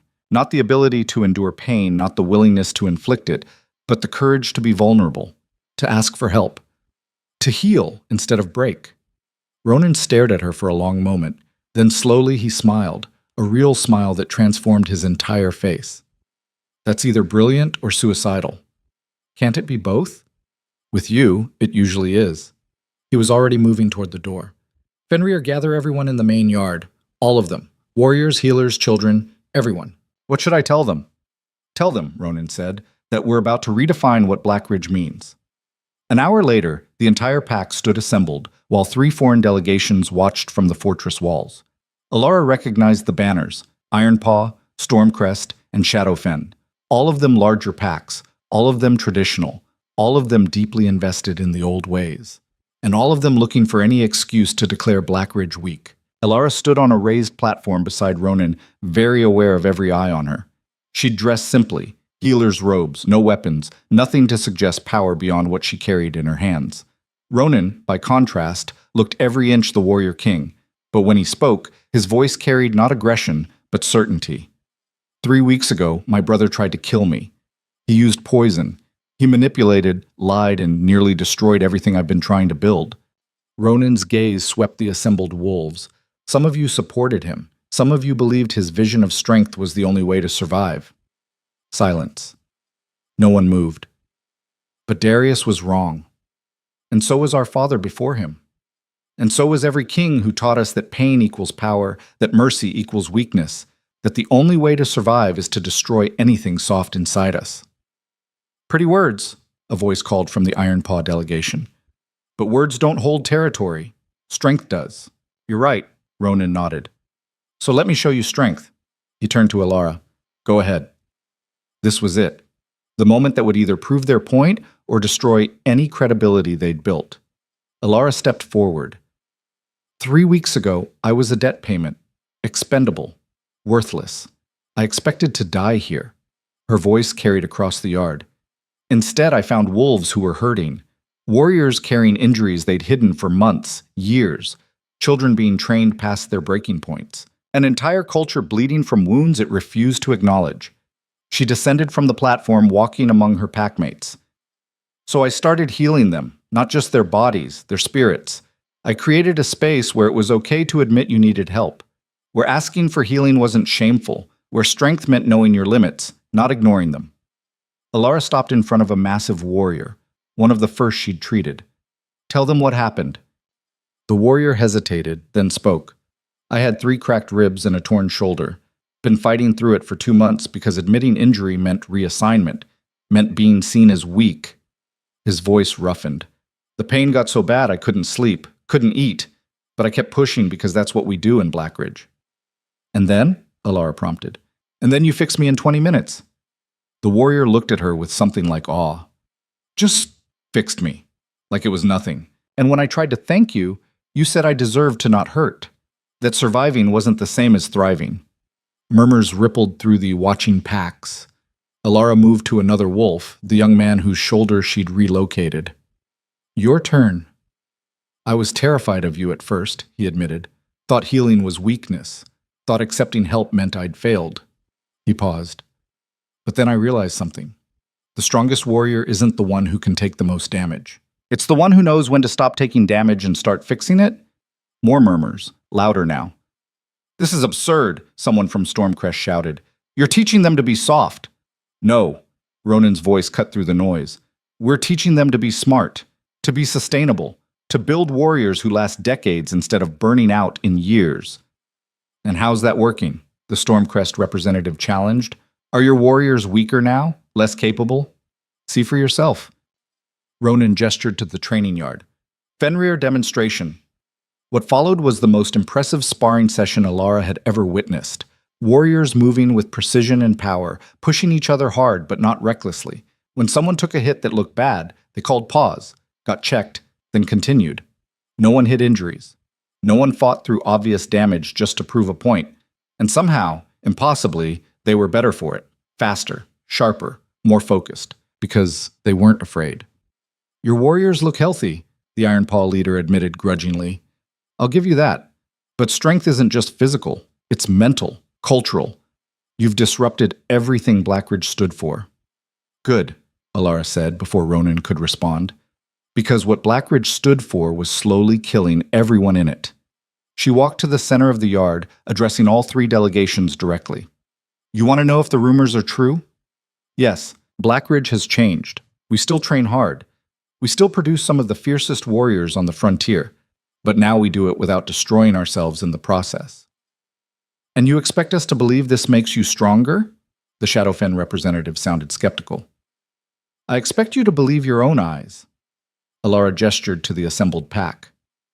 Look at them. Really look. Do they seem weak to you? Or do they seem like wolves who've finally figured out how to be both powerful and whole? The Shadowfen leader studied the crowd for a long moment. Then, unexpectedly, she laughed. I'll be damned. You actually did it. Did what? Ronan asked. Figured out what the rest of us have been too stubborn to admit. She descended from the wall, approaching the platform. That the old ways are breaking us. That we're losing warriors to injury, burnout, despair. That something has to change. She extended her hand to Ronan. Shadowfen would like to propose an alliance. Not based on fear or dominance, but mutual support. We share your healer's methods. You share your training innovations. Ronan took her hand, but his expression remained cautious. And Ironpaw? Stormcrest? The Ironpaw leader snorted. You've gone soft. No question. But, he paused. My daughter's been hiding a leg injury for 6 months. If your healer can fix it without the ritual scarring and pain trials, I'm willing to reconsider my position. Send her tomorrow, Alara said immediately. No trials, no scarring, just healing. Stormcrest remained silent, their representative's face carved from stone. Then he turned and left without a word. 2 out of 3, Fenrir murmured. Not bad. Stormcrest will come around, the Shadowfen leader said. Or they won't. Either way, change is coming to the frontier. Better to be ahead of it than crushed by it. The delegations departed an hour later, leaving Blackridge Pack alone in the yard. For a moment, no one spoke. Then someone started clapping. Then another. Within seconds, the entire pack was cheering. Alara felt tears prick her eyes. They'd done it. Actually done it. Speech, Fenrir called out. The healer should say something. No, Alara started, but Ronan was already guiding her back to the platform. Go on, he murmured. They need to hear from you. Alara looked out at the sea of faces. Warriors she'd healed. Children she'd helped. Wolves who'd trusted her when trust was the hardest thing to give. I don't have a grand speech, she said finally. I'm not a warrior or a leader. I'm just someone who saw people hurting and wanted to help. She paused. But here's what I've learned in the last 3 weeks. Strength isn't about how much pain you can endure. It's about how much you can overcome. It's about building something better instead of just surviving something terrible. She found Ronan's eyes in the crowd. And it's about having the courage to let people see you, all of you, the broken parts, the scared parts, the parts you've been taught to hide, because that's where real connection happens. That's where real strength is born. The applause was deafening. Later, after the celebrations had died down and the pack had dispersed, Alara found herself back in the healer's quarters. She was organizing supplies, a nervous habit, when Ronan appeared in the doorway. You were amazing today, he said. We were amazing. Alara set down the herbs she'd been sorting. I couldn't have done it without you backing me. I couldn't have imagined it without you showing me it was possible. He stepped into the room, closing the door behind him. Alara, we need to talk. Her heart kicked against her ribs. About? About what happens next, about... He stopped, seeming to search for words. About us. There it was, the conversation they'd been avoiding for weeks. What about us? Alara asked, even though she knew, had known since the moment in the tunnels when she'd touched his mind and felt something click into place. You know what? Ronan crossed the space between them. I've tried to stay professional, to keep distance, but every time I'm near you I feel like something recognizes something, Alara finished. Yes. His hand came up to cup her face, thumb brushing her cheekbone. The mate bond. I felt it the moment I saw you at the border. Tried to ignore it, tried to fight it, but why fight it? Because you deserved a choice. His voice was rough. You were traded to me, given to me like property. I didn't want the bond to be another chain. Alara's chest tightened. And if I choose you anyway? Then I'd be the luckiest bastard on the frontier. His other hand found her waist, drawing her closer. But you need to understand what you'd be choosing. I'm not easy. I carry darkness.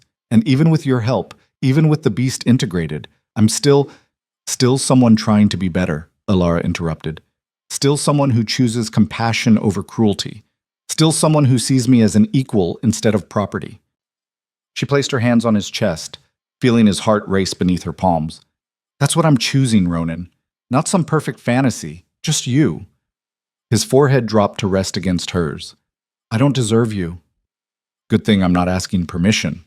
He laughed, the sound surprised and genuine. Then he kissed her. It wasn't gentle, it was desperate and claiming and full of 3 weeks of restrained wanting. Elara kissed him back just as fiercely, pouring everything she couldn't say into the contact. When they finally broke apart, both breathing hard, his eyes had gone silver. The bond is settling, he said, voice gravelly. Can you feel it? She could.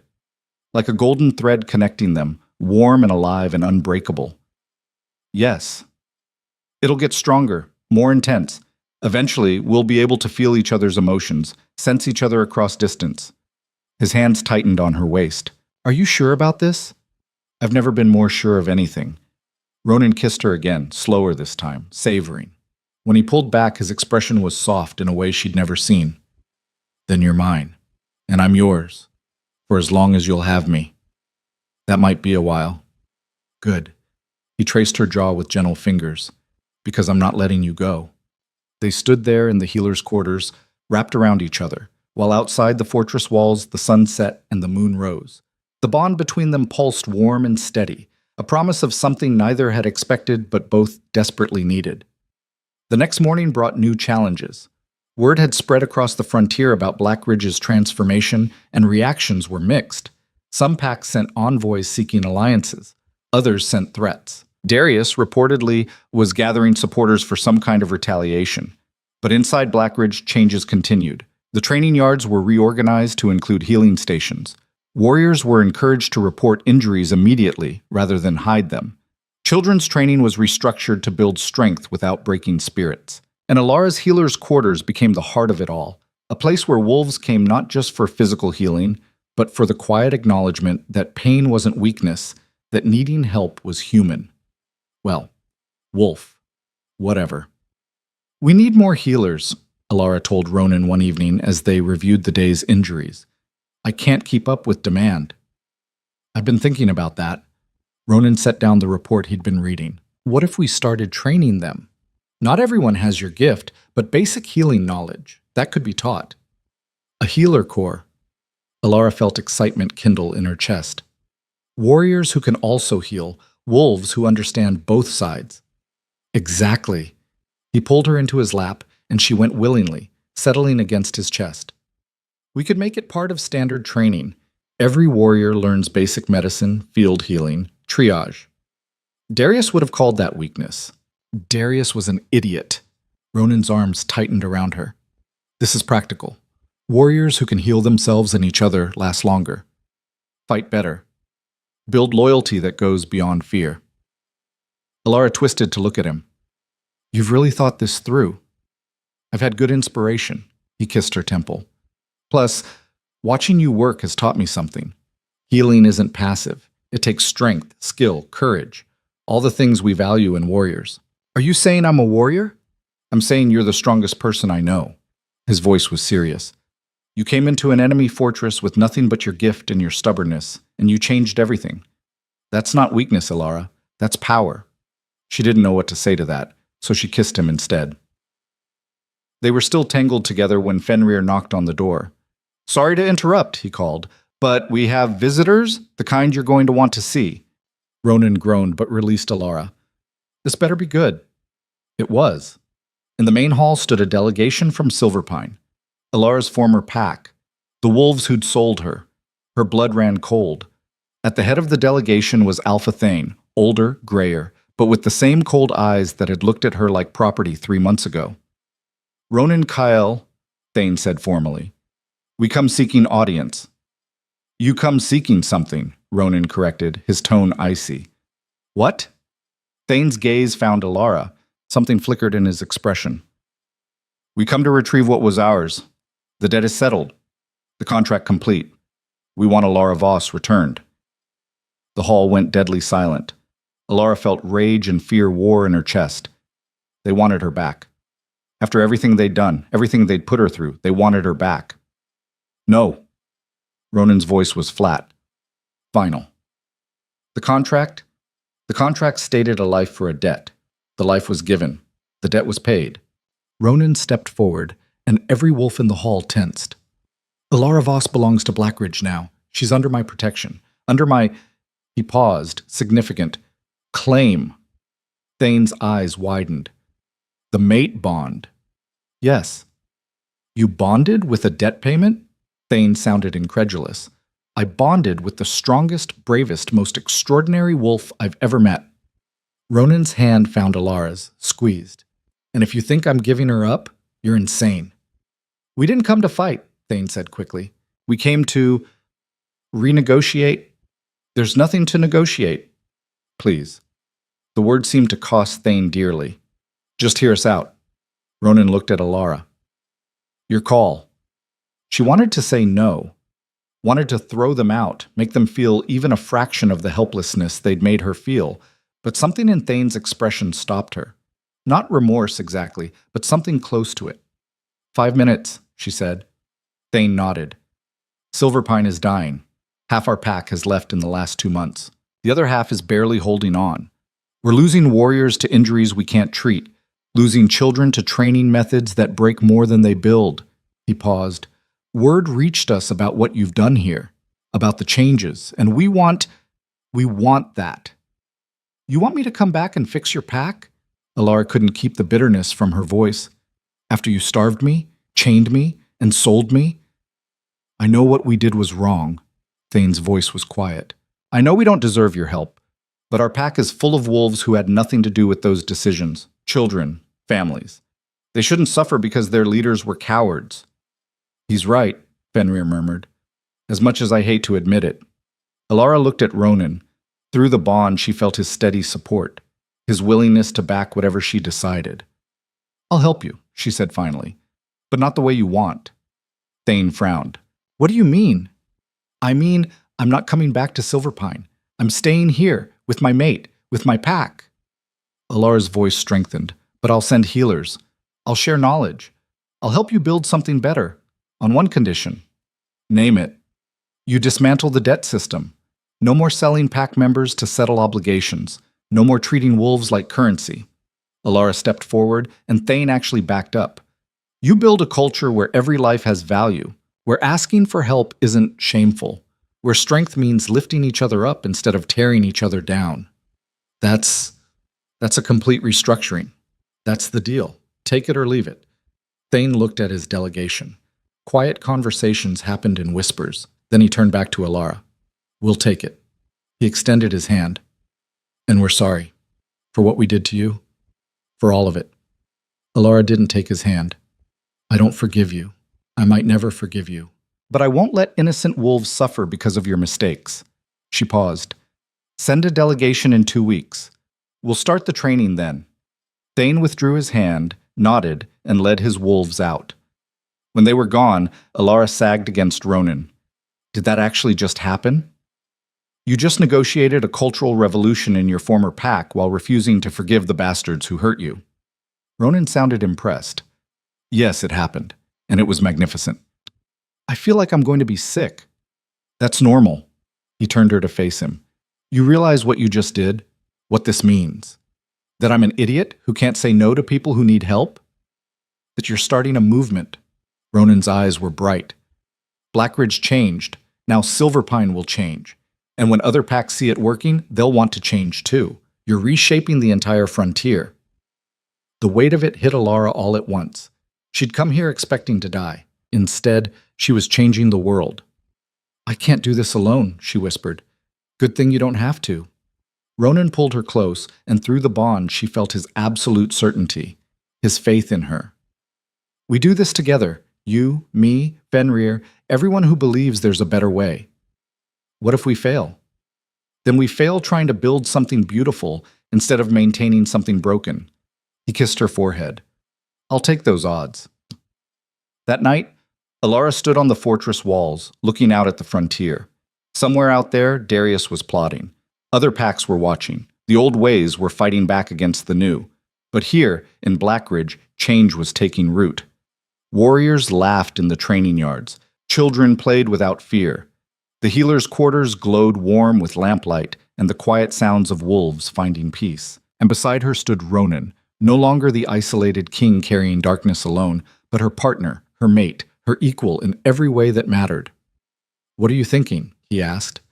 "That 3 months ago I was chained and starving, and now I'm standing on a fortress wall planning a revolution." Alara leaned into him. "It's surreal." "Good surreal or bad surreal?" "Good. Terrifying. Both." She turned to face him. "What about you? Any regrets about bonding with the troublemaker?" "Only that I didn't do it sooner." Ronan's hands framed her face. "You've given me something I thought I'd lost. Hope. Purpose. A reason to build instead of just survive.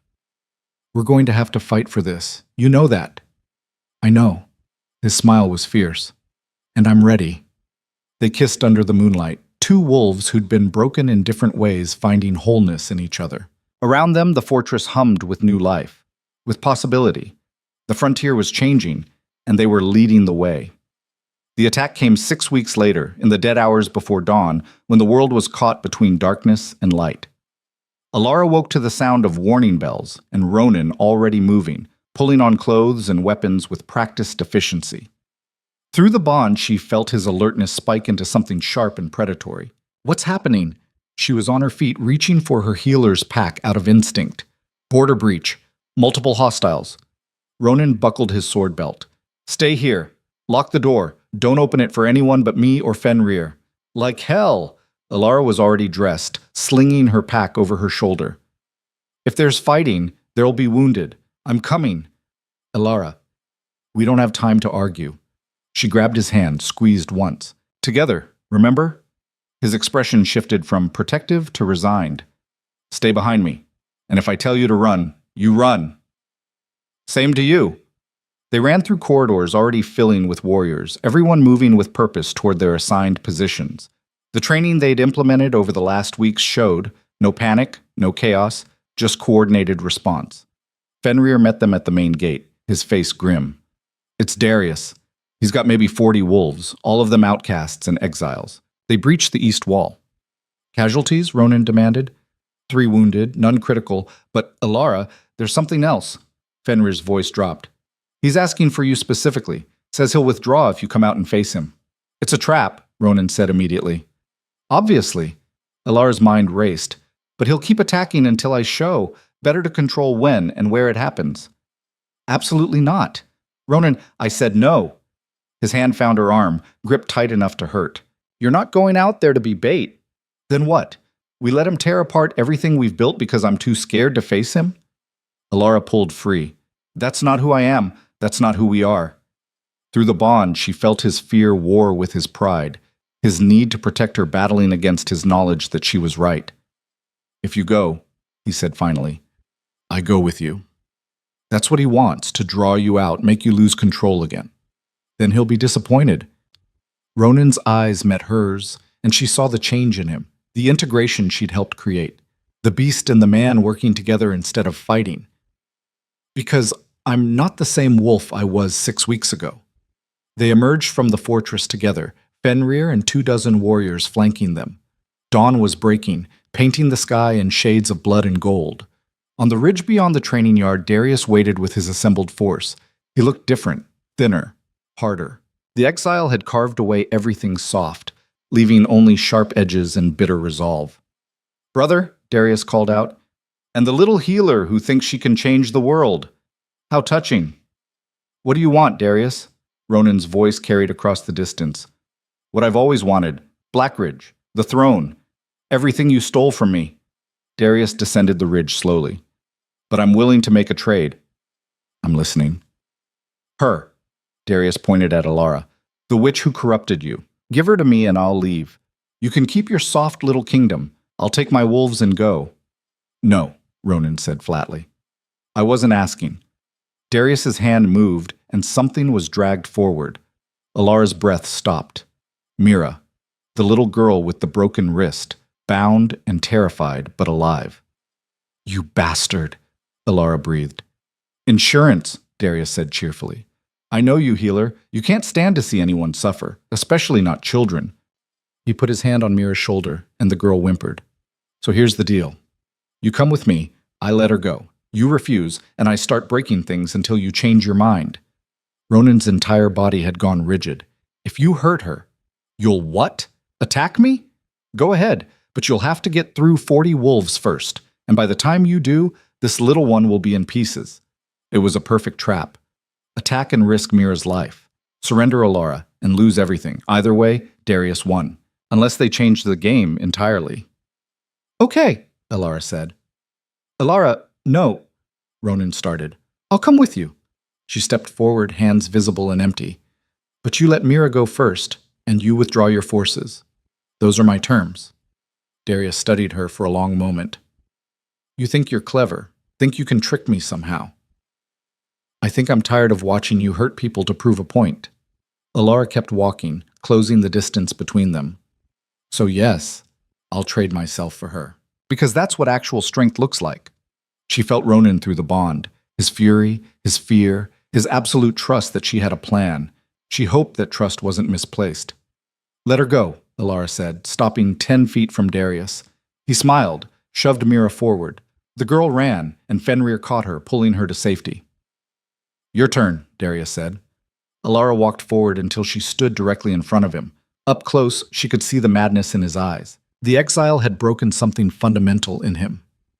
You know what's funny? Darius grabbed her arm, yanked her close. I thought killing you would be satisfying, but now I think I'll keep you. Break you slowly. Make you watch while I tear down everything you built. You won't get the chance, Alara said quietly. Why? Because your mate will save you? Darius laughed. He's surrounded, outnumbered. By the time Alara's hand shot up, pressing against his chest, and she poured her gift into him. Not healing. The opposite. She'd learned something in the weeks of treating injuries, of understanding how bodies worked. Healing was about restoring balance, fixing damage. But that same knowledge could be weaponized. She could feel every injury Darius had ever sustained, every scar, every old break, every torn muscle. And she made them all hurt at once. Darius screamed, dropping to his knees. Alara stepped back as he convulsed, his body remembering every wound, every pain he'd ever endured. That's for everyone you've hurt, she said. Every child you broke. Every warrior you pushed past their limit. Every life you treated as expendable. Kill her, Darius gasped at his wolves, but they didn't move. Why aren't you? Darius looked up, saw his forces standing frozen. Then he saw what was behind them. Wolves, hundreds of them, Shadowfen, Ironpaw, even some Silverpine warriors, all of them standing with Blackridge. The Shadowfen leader stepped forward. We had a suspicion you'd try something like this, Darius, so we prepared. This is my fight, Darius snarled.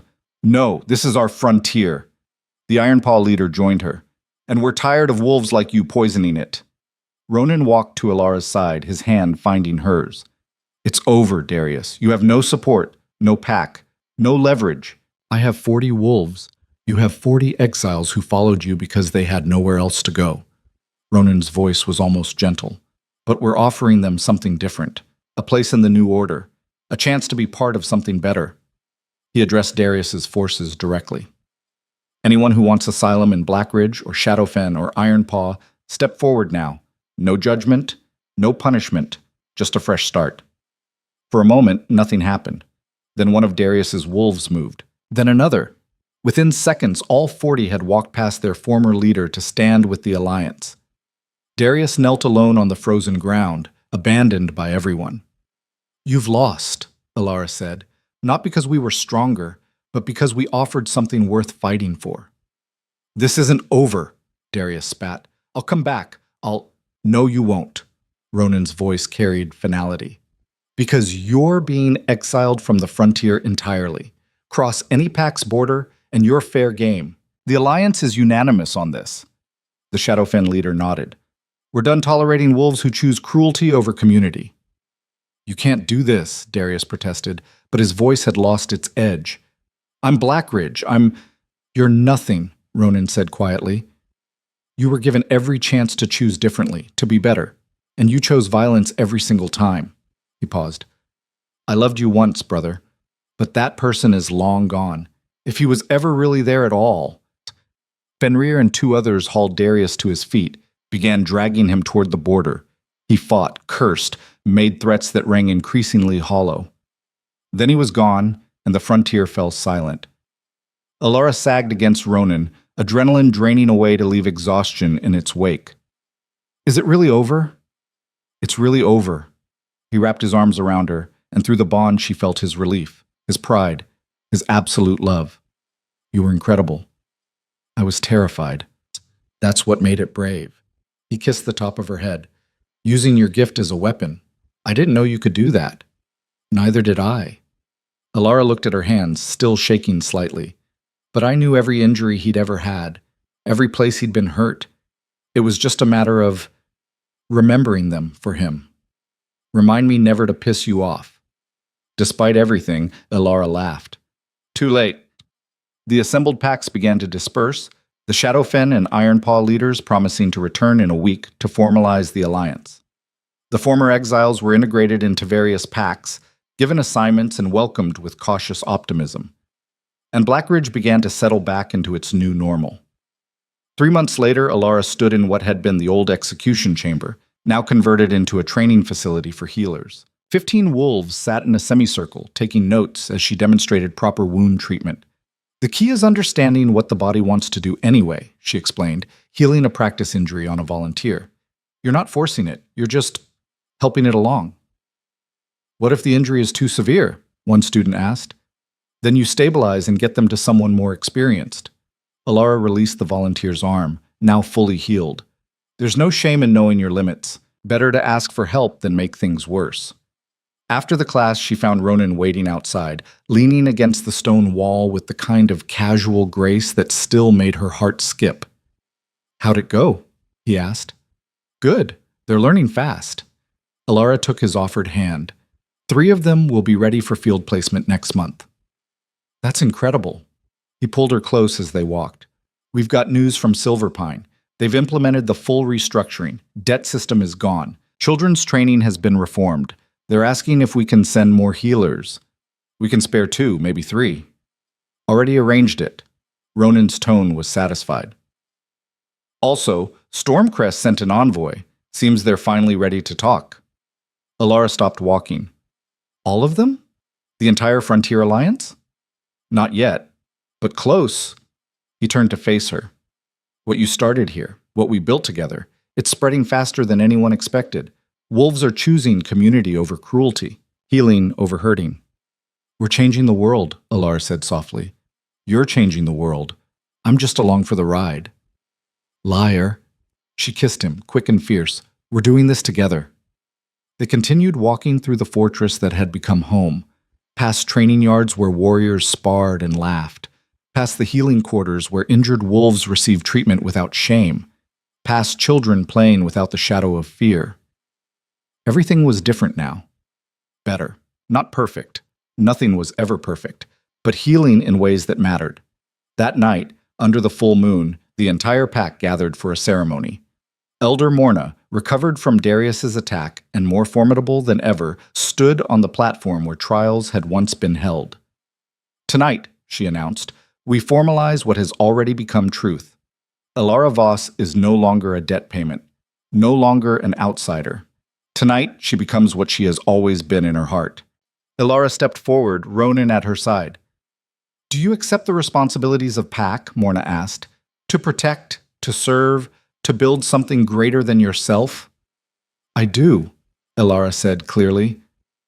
Do you accept the bonds of mate and equal, to stand beside your king not as property but as partner? I do. Then by the power vested in me by time and tradition, I name you Alara Voss Kyle, Queen of Blackridge, healer of the frontier. And the wolf who taught us all that true strength lies not in enduring pain, but in having the courage to heal it. The pack erupted in cheers. Ronan pulled her into his arms, kissed her in front of everyone, and through the bond, Alara felt his joy like sunlight. Queen, he murmured against her lips. How does it feel? Terrifying, amazing, right.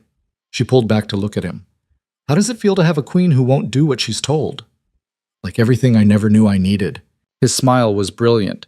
Though I should warn you, the council meetings are incredibly boring. I've sat through your training reports. I think I can handle it. They spent the rest of the evening celebrating, eating, drinking, accepting congratulations from packmates who'd become friends, from allies who'd become family. Mira presented Alara with a flower crown made of winter blooms, her young face serious with importance. "You saved me," the little girl said. "Now I'm going to be a healer too, so I can save people like you did." Alara's eyes burned with tears. "You'll be amazing." "I know." Mira grinned, gap-toothed and confident, then ran off to join the other children. "She's got your attitude," Ronan observed. "Poor thing."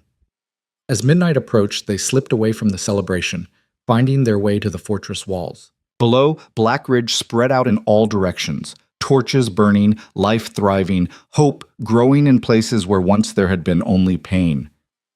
"Tell me what you're thinking," Ronan said, pulling her against his chest.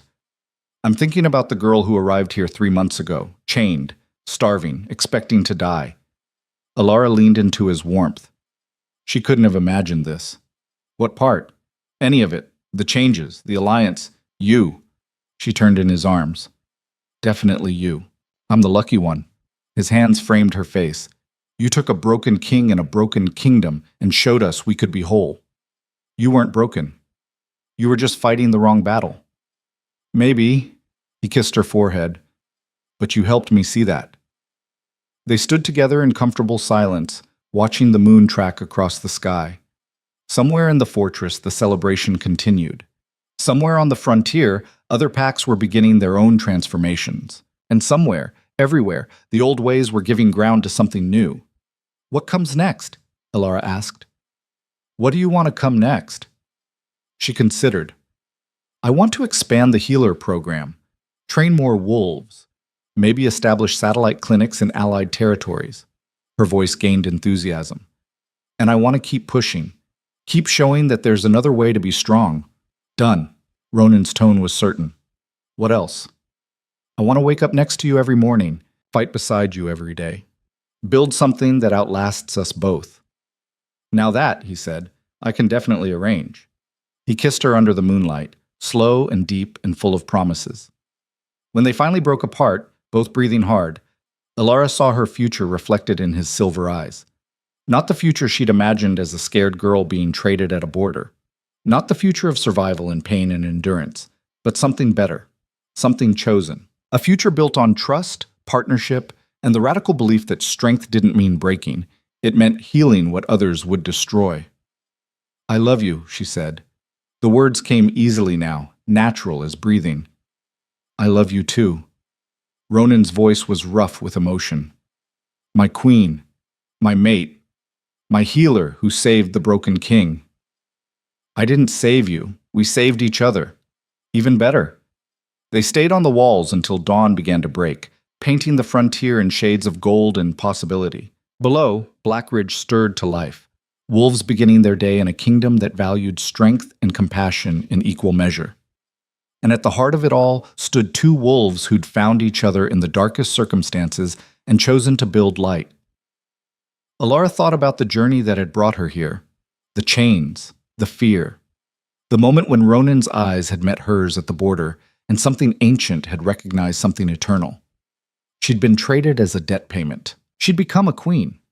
But more than that, more important than titles or power or alliances, she'd become herself, fully, completely, without apology. And in doing so, she'd helped an entire frontier do the same. "Ready to face the day?" Ronan asked as the sun crested the horizon. "With you?" Alara squeezed his hand. "Always." They descended from the walls together, king and queen, partners in every way that mattered. The fortress welcomed them with warm light and familiar sounds, children laughing, warriors training, healers working, life continuing in all its messy, beautiful complexity.